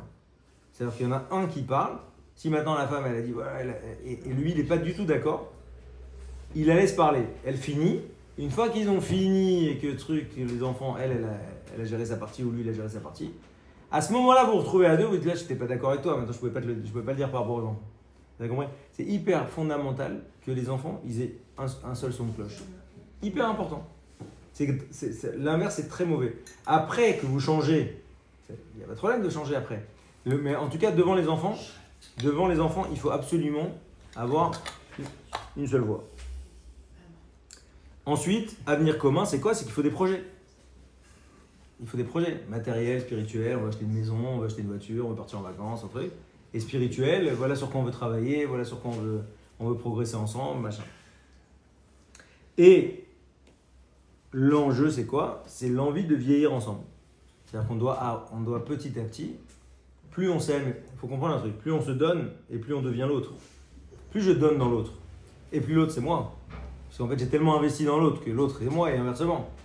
Et donc, plus j'aime, plus je donne et plus j'aime. C'est ça qu'il faut comprendre. Et donc là, on arrive quoi? Envie de vieillir ensemble. À ce moment-là, donc là, c'était quoi? Qu'on a un avenir commun. Et on va terminer notre cours pour aujourd'hui.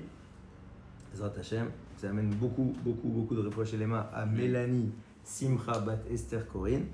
Ezrat Hashem. Amen. Et De Yosef ben Dora Ida. Yosef ben Dora Ida. Ben Doraïda, Ezrat Hashem. Et Amen. tous les Chayalim qui sont blessés. Amen. Amen. Aviou, Raphaël Ben Anat.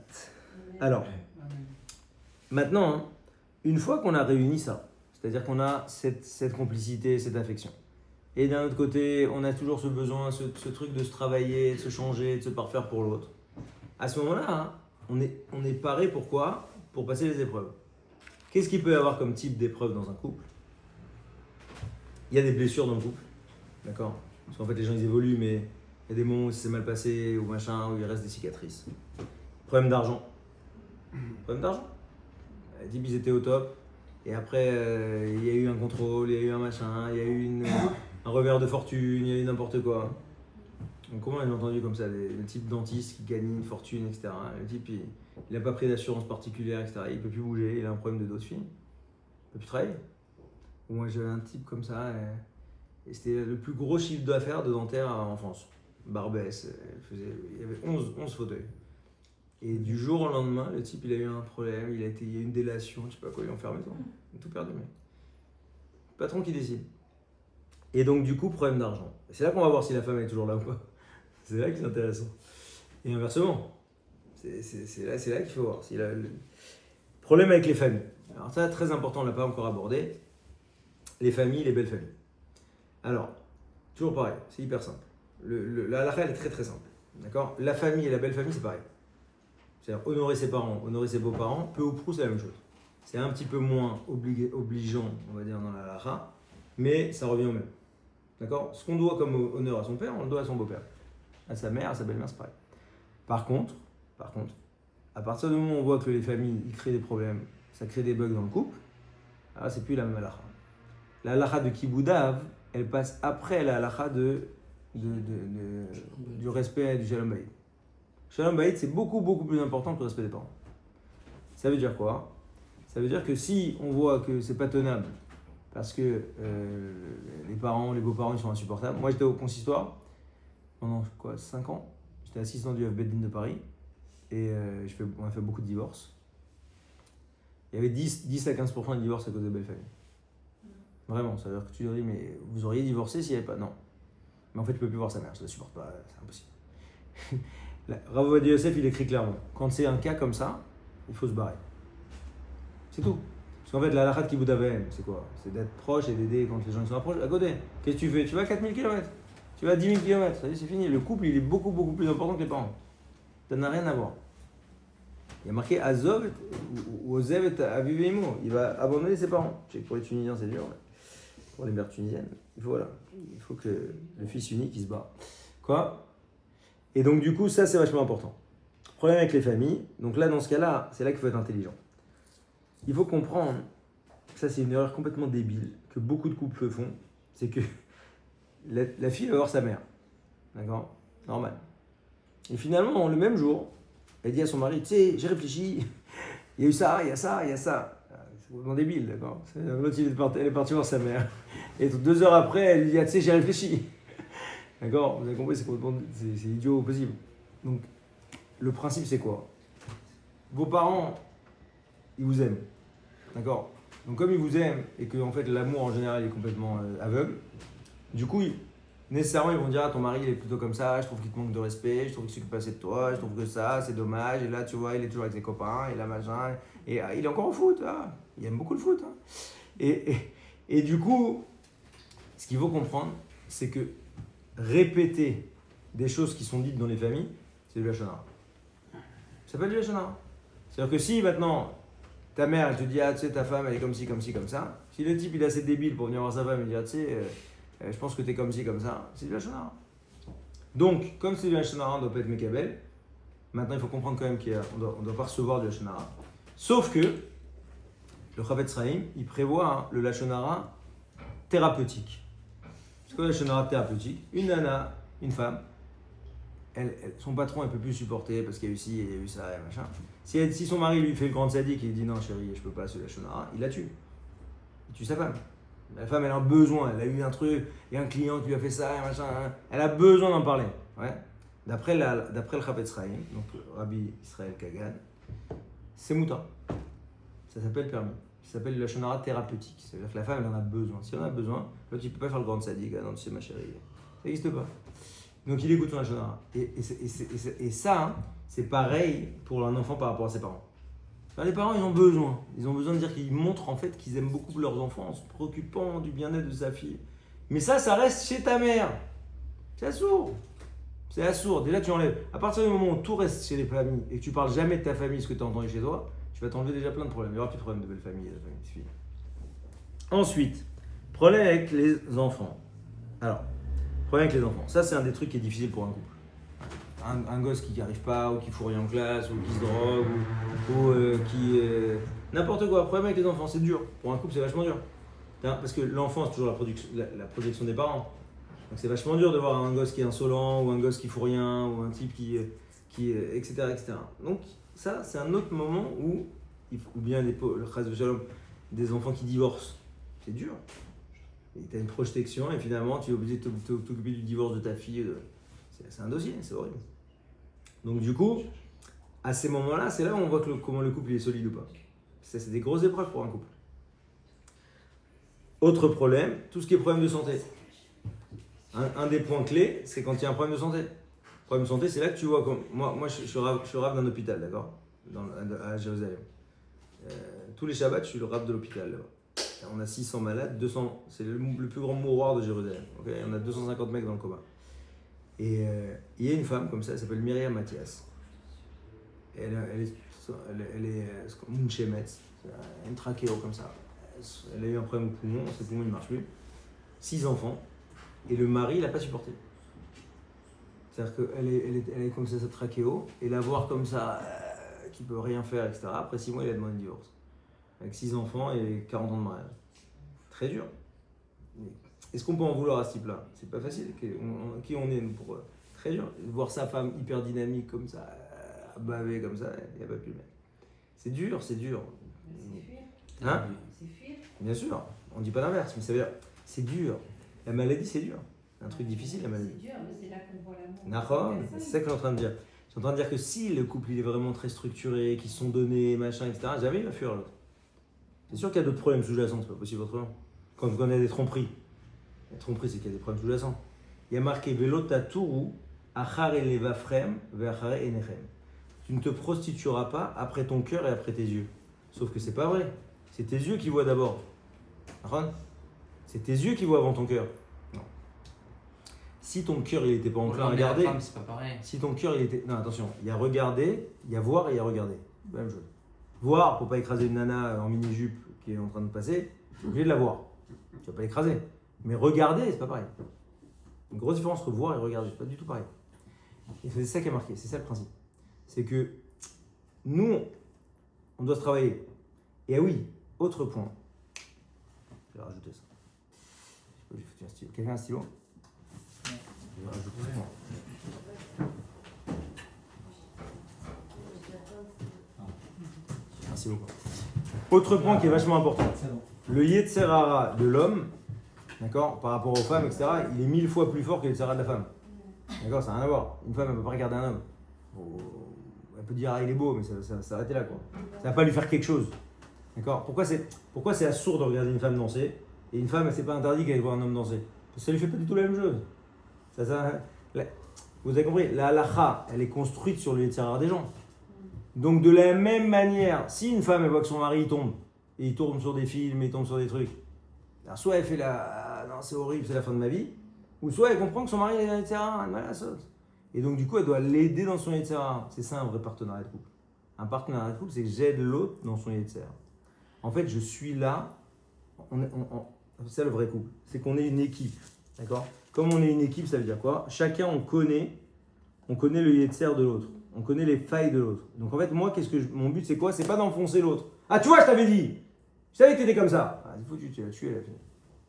Tu vois, je t'avais dit hein, que je ne savais pas faire ça. Je t'avais dit, c'est le pire truc du couple, d'accord? Je t'avais dit, ça sert à rien du tout. Ça construit rien du tout de dire je t'avais dit.